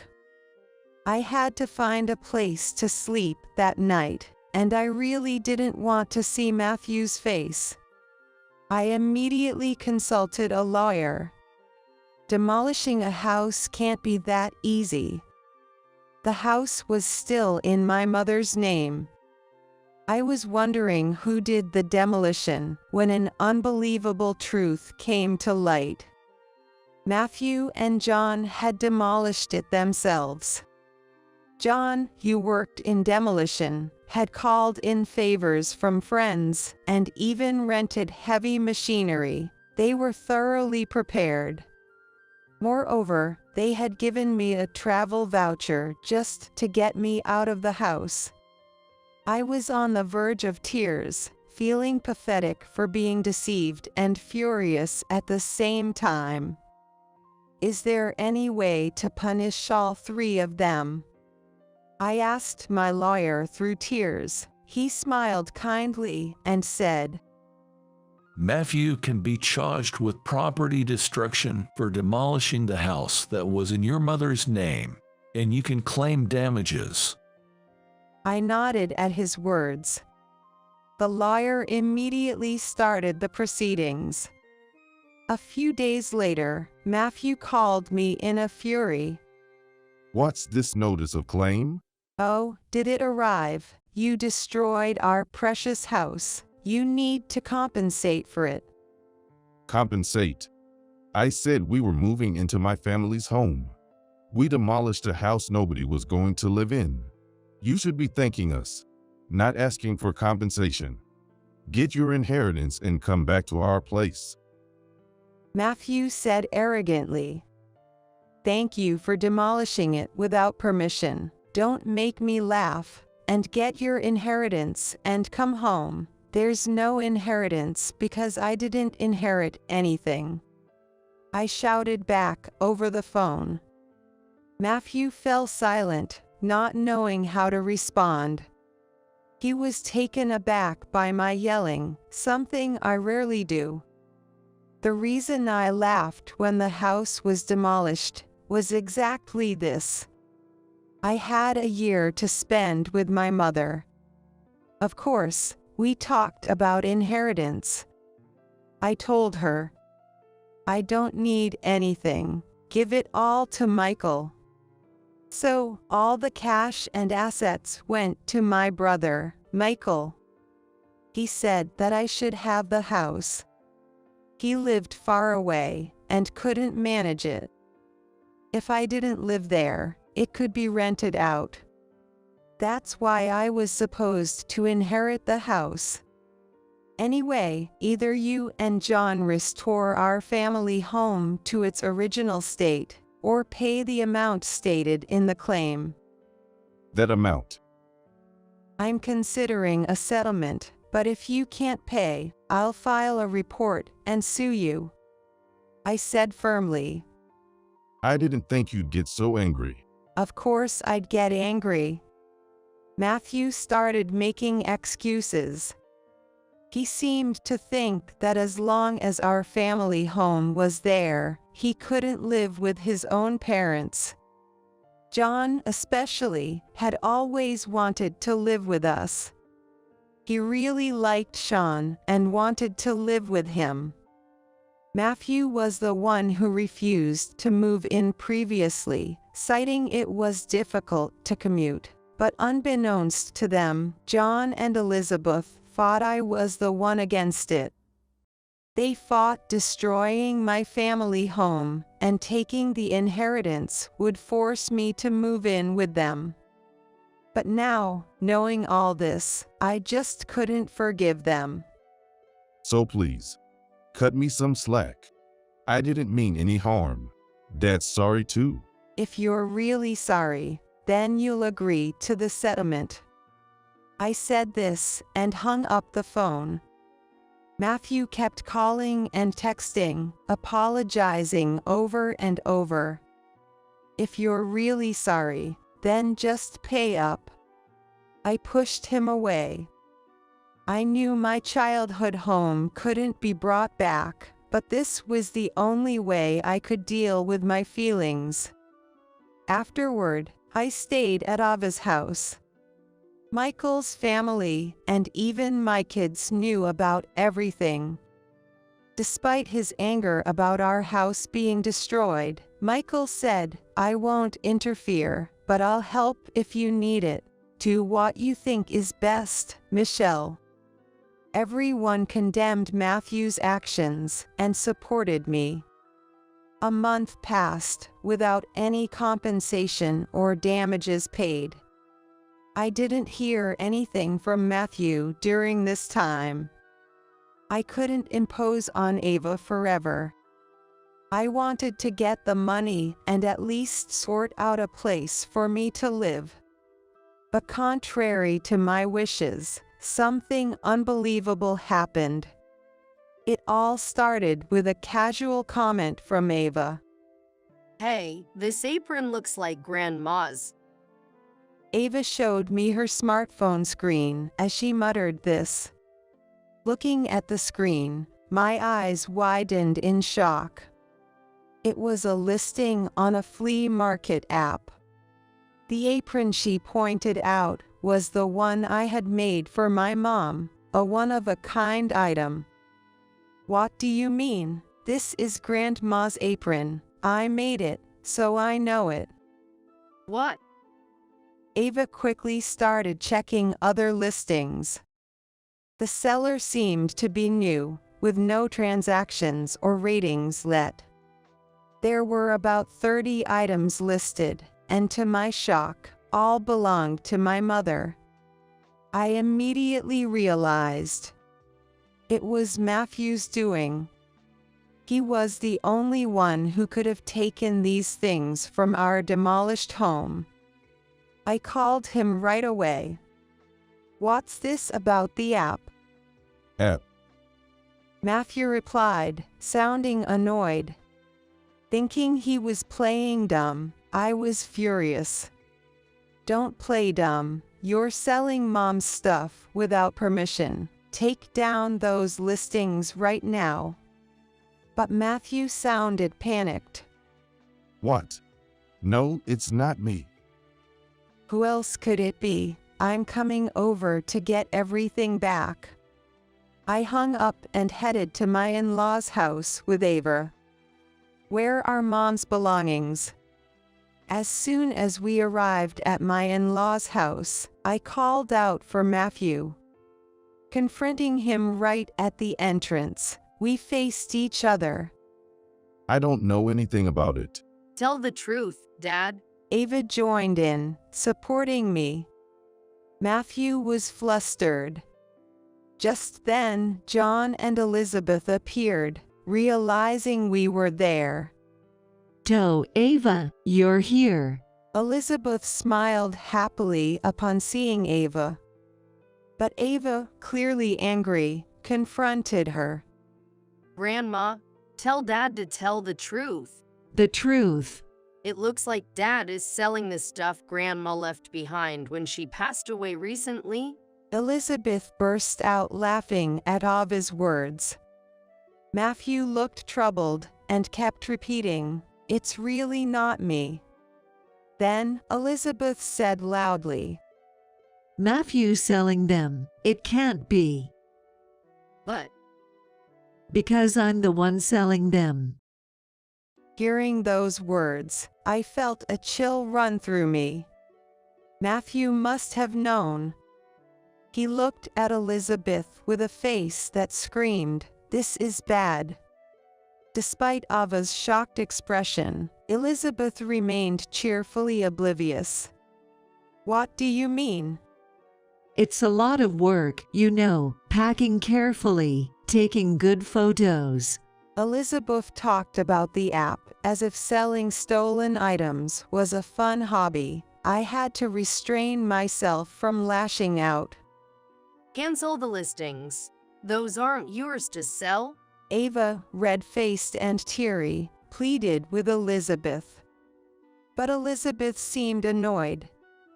"What's the big deal? I found a fun hobby. I use what I can and sell the rest for a little extra cash. It's good for preventing dementia too." "Now I'm the only grandma you have, Ava. You want me to stay healthy and live a long life, right?" Elizabeth said this nonchalantly. Despite my pleas for her to stop, she showed no signs of remorse. If talking won't work, then I had no choice but to take action. "Let's go, Ava." But "Come on." I pulled her away, and we headed straight to the police station. I hadn't planned to report the house demolition, but theft was a different story. I explained everything to the police, including the unauthorized sale of my mom's belongings. They acted quickly, and the app suspended Elizabeth's account. The items wouldn't be sold anymore. Finally, some relief. On the way back from the police station, I called Matthew. "I had your mom's account stopped. You knew about it, right? That makes you an accomplice." No, Also, I've filed a report with the police. Please cooperate with the investigation." Matthew became frantic at my words. What? We're family, aren't we? Please withdraw it. Family, I haven't seen a dime of the damages or compensation for our demolished house. There's no sign of remorse from you. Matthew was at a loss for words against my anger. But I wasn't heartless. Despite everything, I did have a history with Matthew. With a sigh, I continued. I'll wait for the money, but I won't forgive the theft. Everything must be returned. And John, he looked quite ill. Has he been to the doctor? Huh? Just passing the message. I'm not heartless, you know. With that, I hung up. I had just seen John. He was so thin, it was hard to believe it had only been a couple of months since we last met. He barely spoke, and his complexion was beyond pale, almost ghastly. It was obvious that he was not in good health. But they probably hadn't noticed. Elizabeth, trying to sell stolen goods nonchalantly, and Matthew, who only acted tough in front of me. That mother and son duo seemed to lack any concern for others. The next day, I received a call from John. I thought it might be a word of gratitude, but it turned out to be the complete opposite. The call was a reprimand. Why are you treating me like I'm sick? Planning to throw me in a hospital to get rid of me. I have to protect Elizabeth and Matthew from you. I'm not going to any hospital, he scolded me. His words showed no appreciation for my concern. Sorry for overstepping. I was just worried. Unlike your parents, I'm not weak and short-lived. Don't make fun of me. But a few days later, he did get sick and end up going to the hospital. The diagnosis was terminal cancer. Panicked, Matthew called me. Dad's got terminal cancer. What am I going to do? But I just snorted. That's not my problem. Remember what he said when I suggested going to the hospital. I'm not weak and short-lived like your parents. You're on your own. How can you be so heartless? Use heartless. Did you ever say anything kind to me when my mother was ill? Reflect on your actions. I hung up. As expected, John passed away not long after. I didn't shed a tear, remembering all the harsh words and deeds. After the funeral, John's will was found. Despite his claims of not being short-lived, he had made careful arrangements. The house goes to my grandson, Sean. The rest of my assets are to be split between my wife and eldest son. I was surprised to see Sean's name. John had always favored him, wanting him to live in the house, even after his death. For Sean, it was an unexpected inheritance. Disown it, you don't need that house. I told Sean, but he was actually pleased to inherit it. It brought him no financial benefit. But he seemed happy, so I didn't say anything else. Following John's will, Sean inherited the house. Elizabeth was happy and paid the inheritance tax. He's our heir, after all, she said. Well, she wasn't wrong about that. I felt a bit down, as if Sean had been taken away from me, but then something unbelievable happened. Come to our house? Upon receiving Matthew's call, I immediately headed to my in-laws' house. There, I saw Elizabeth and Matthew standing dumbfounded in front of the house, just like I had once. Heavy machinery and a truck bearing the demolition company's name, along with its workers, were on the property. Right before my eyes, the in-laws' house was being demolished. What's going on? It's my house. I can do whatever I want with it, right? Sean replied, appearing seemingly out of nowhere, looking satisfied as he watched the demolition. Sean, what are you doing? Stop this immediately. Even if I stop it now, it's not like we can live in it. Sean, how could you do this? Elizabeth and Matthew pleaded with him, crying. But Sean just laughed. Did you forget what Grandpa and Dad did to Mom? Sean. And Grandma, did you ever apologize for the terrible things you did to her? His smile vanished, replaced by a sharp glare directed at Elizabeth and Matthew. With his sharp gaze, the two of them fell to their knees. The heavy machinery continued to tear down the house amidst the loud noise. This sight finally brought me some relief. Later, Matthew paid the damages and compensation using the inherited assets. It seemed Sean had recovered the stolen items Elizabeth had taken from my mother, and they were safely returned to me. "You've got me and Ava," he reassured me, bringing tears of relief.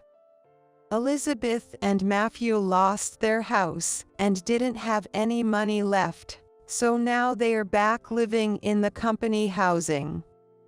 Matthew had left the company housing with me and our kids before, but now he's returned with his mother, which has sparked a lot of rumors. A wife of one of Matthew's colleagues, who I'm on good terms with, contacted me about it, so I told her the whole story, without any lies or exaggerations. They'll probably have to live a cramped life in the company housing from now on, but it's their own doing. On top of that, with Matthew's retirement, the two of them have to be frugal to prepare for their future home. I think I'll occasionally bring this up as a topic of conversation with my friends, just to see how they are getting on. Meanwhile, I've been staying at Ava's place, but Sean is getting married. He plans to build a house. I was happy to hear that the land where the old house stood sold for a decent amount. It turns out that house was useful after all. Mom, why don't you come live with us? Sean kindly suggested. His future wife was also very welcoming. I couldn't stay with Ava forever, so I decided to take them up on their offer. I'm determined not to become a mother-in-law like Elizabeth, and look forward to living happily with my new family. A phone call? As the ringtone of my smartphone sounded, I looked at the screen, and so it was from my dad. Hello? Dad, what's up? Emily, have you already reached John's family home? Not yet. But I just got off the train and missed the bus. Looks like I have to wait about 30 minutes for the next one. Oh, that's good. What time is the next train heading back? Heading back. In about 20 minutes. Okay, got it. Then wait in the station lounge. Don't get on the bus. Just wait there until I come to pick you up.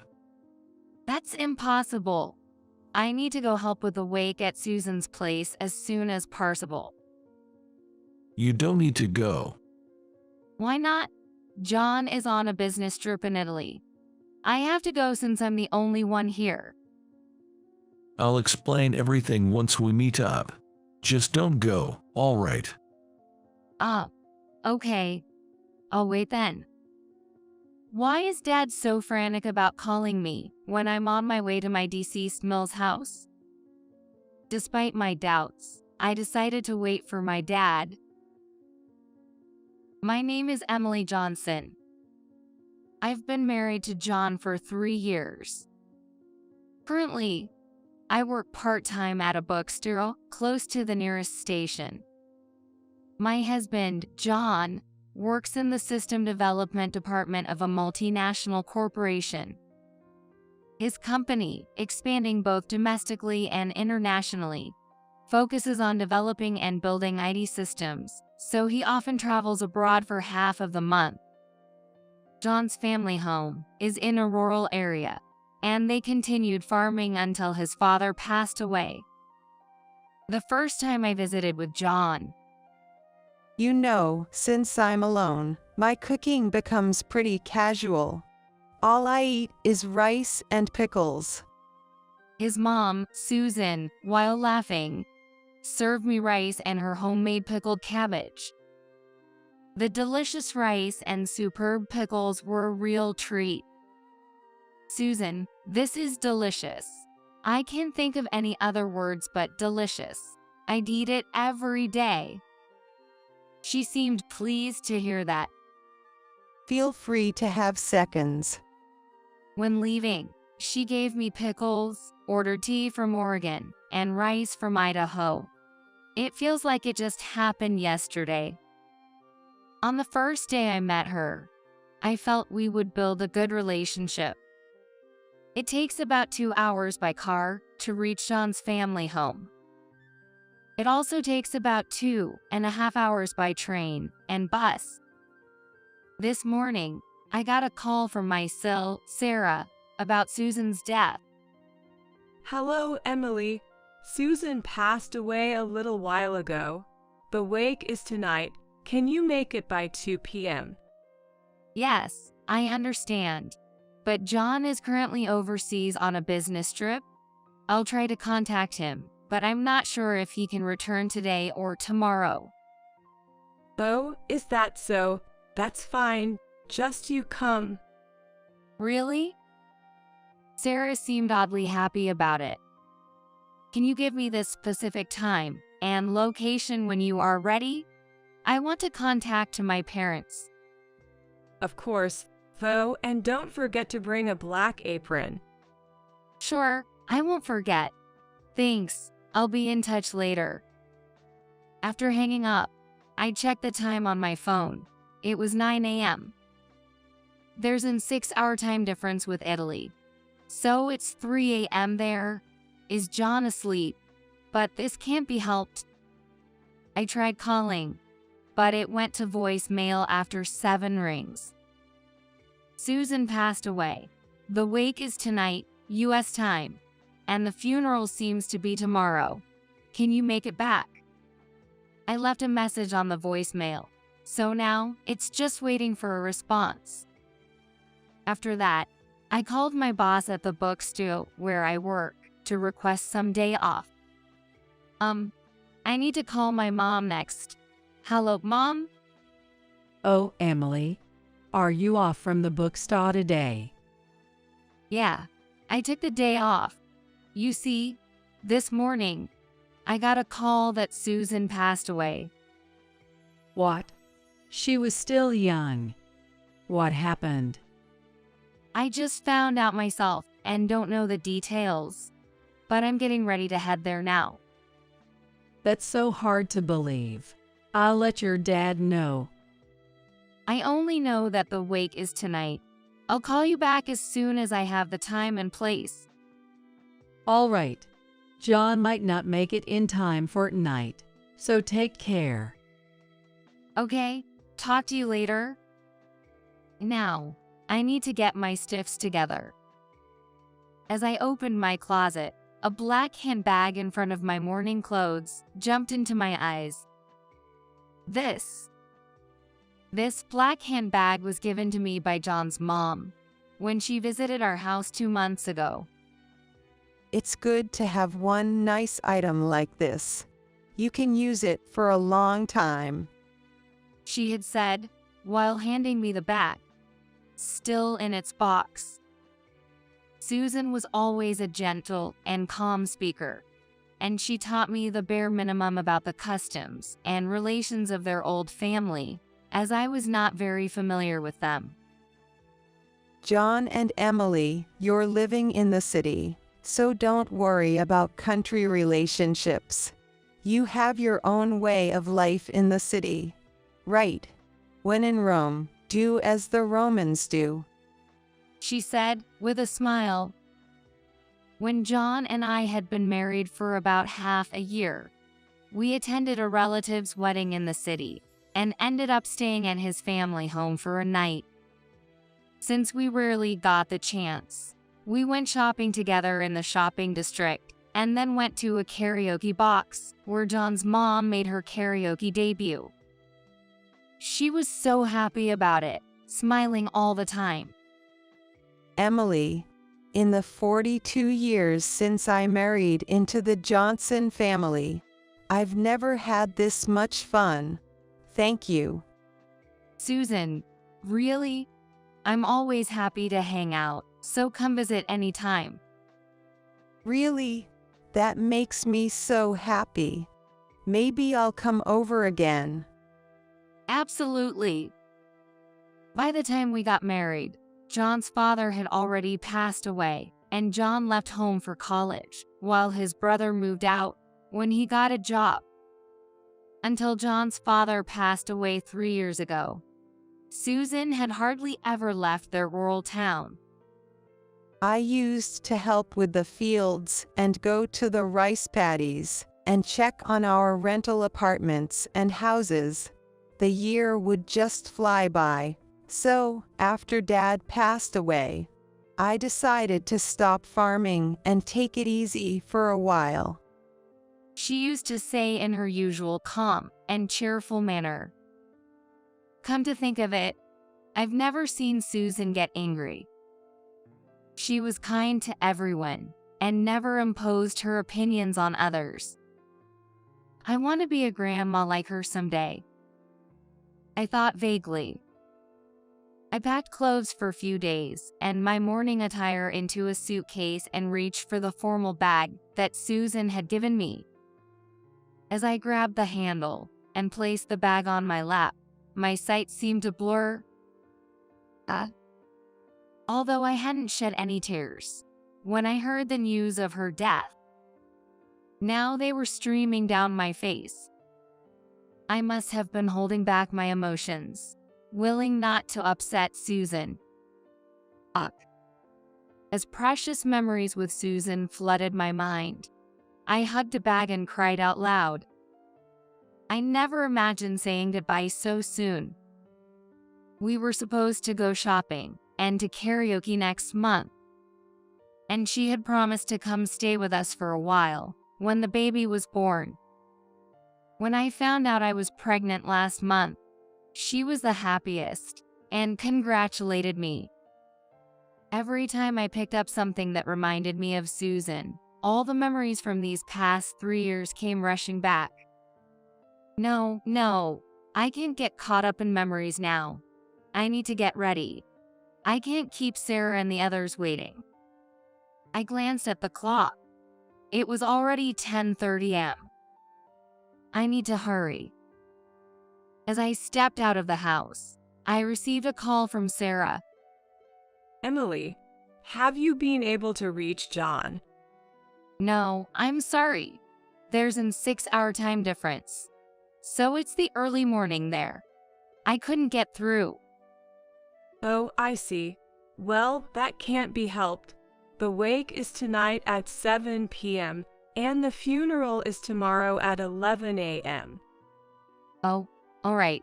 So, tonight at 7 p.m. and tomorrow at 11 a.m. This service will be held at the church we always go to, so please tell your parents that, Emily. Okay, got it.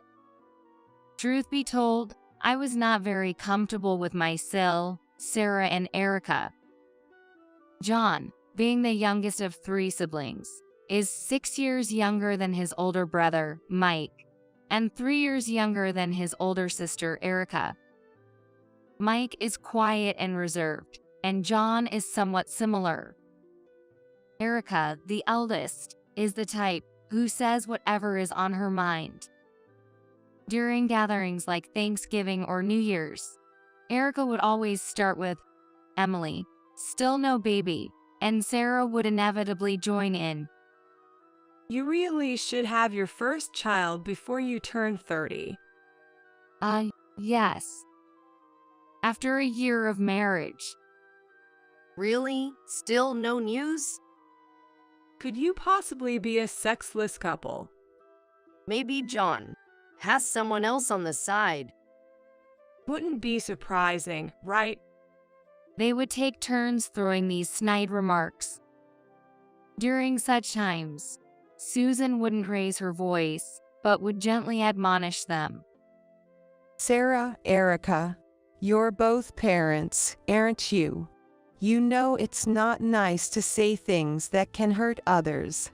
Since everyone comes here to gather, I want them to always have a good time.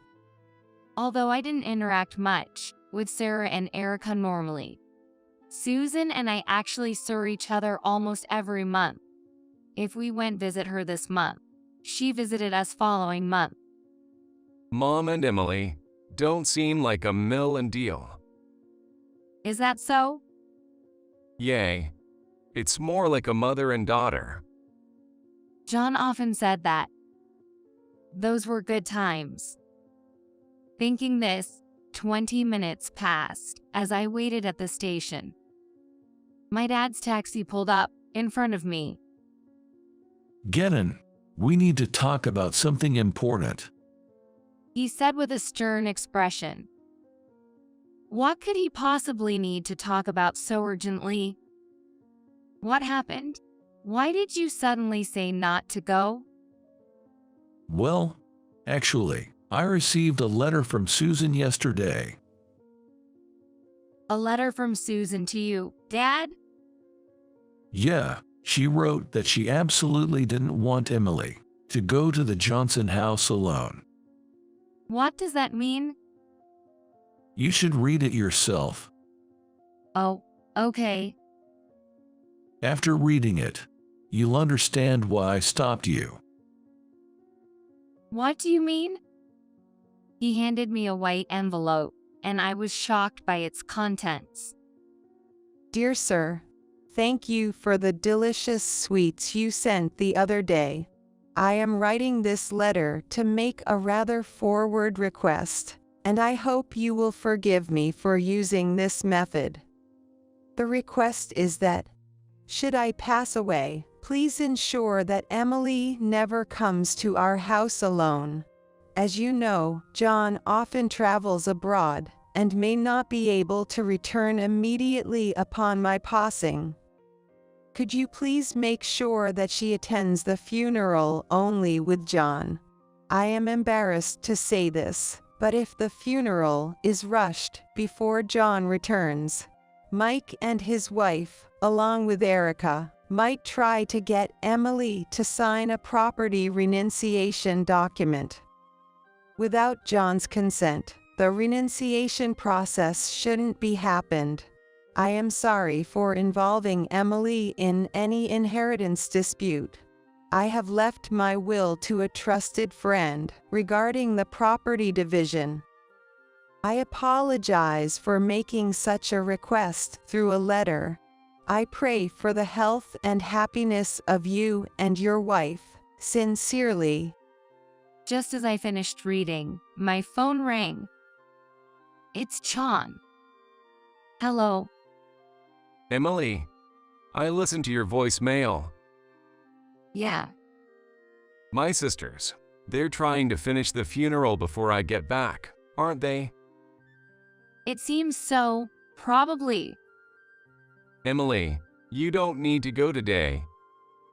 I'll talk to Erica and Mike and ask them to reschedule. Okay, that sounds good. I can be back by tomorrow evening on the earliest flight. It's better if we both attend together. That's right. So just wait at home for me. Okay, see you tomorrow. I felt relieved knowing John would be coming back. Is John really able to get back tomorrow? Yeah, it seems so. Actually, this morning, by chance, I ended up driving Sarah and the others in this taxi. They didn't seem to realize it was me. Mike was trying to persuade them to postpone the funeral by a day. They were planning to get you to agree to property renunciation while John was still away. What? Really? Just like Susan suspected. Seems so. Apparently, Sarah's son recently crashed her car, and they're facing a lawsuit for several $100,000. Wait, Sarah's car is a German luxury model, right? It should have insurance. It was insured, but only for Sarah. Her son forgot to get a one-day insurance. With the car all banged up, she was furious about having to replace it. So they were trying to get as much of the inheritance as they could. The next evening, John safely returned home. We were all able to attend Susan's funeral together, and the will revealed an equal division of $300,000 to each couple. Sarah looked uncomfortable. Mike, will the payment for the accident cover everything? Thanks for worrying, Emily. We're still short about $100,000, but we'll manage. Not changing the insurance policy was our fault as parents. If it's okay, you can use $100,000 from my share. As soon as I said this, everyone turned to look at me. Sarah quickly responded, Really? Thank you. But then her son, Michael, stepped forward and bowed. I can't accept that. Michael, Emily is kindly offering. No, Mom. It's my responsibility for causing the accident. How about I lend the money to Michael, and he can pay me back a little each month? When I suggested this, Michael gratefully accepted. If Emily is okay with that, I'd like to borrow it. I'm sorry. He promised to pay back $500 a month from his part-time job earnings. This seemed like something Susan would approve of. Emily, you're too kind-hearted. I almost felt like I could hear Susan's voice. Since then, Michael has been faithfully paying back the money each month. Sarah, warned by her son, stopped meddling in the matter. Time passed, and finally, the day came for me to give birth. John sent me off to the delivery room with a smile. If Susan were still here, she would have been with me, encouraging me. Thinking this, I entered the room. It took some time since it was my first childbirth, but a healthy baby girl was born. Congratulations, said the nurse, as I smiled at my crying baby. After a few days in the hospital, it was time to go home. John had been given some time off from work so we could cherish our time as a family. Soon, we'll visit Susan's grave with our daughter. I smiled, imagining Susan's joyful face at seeing the baby.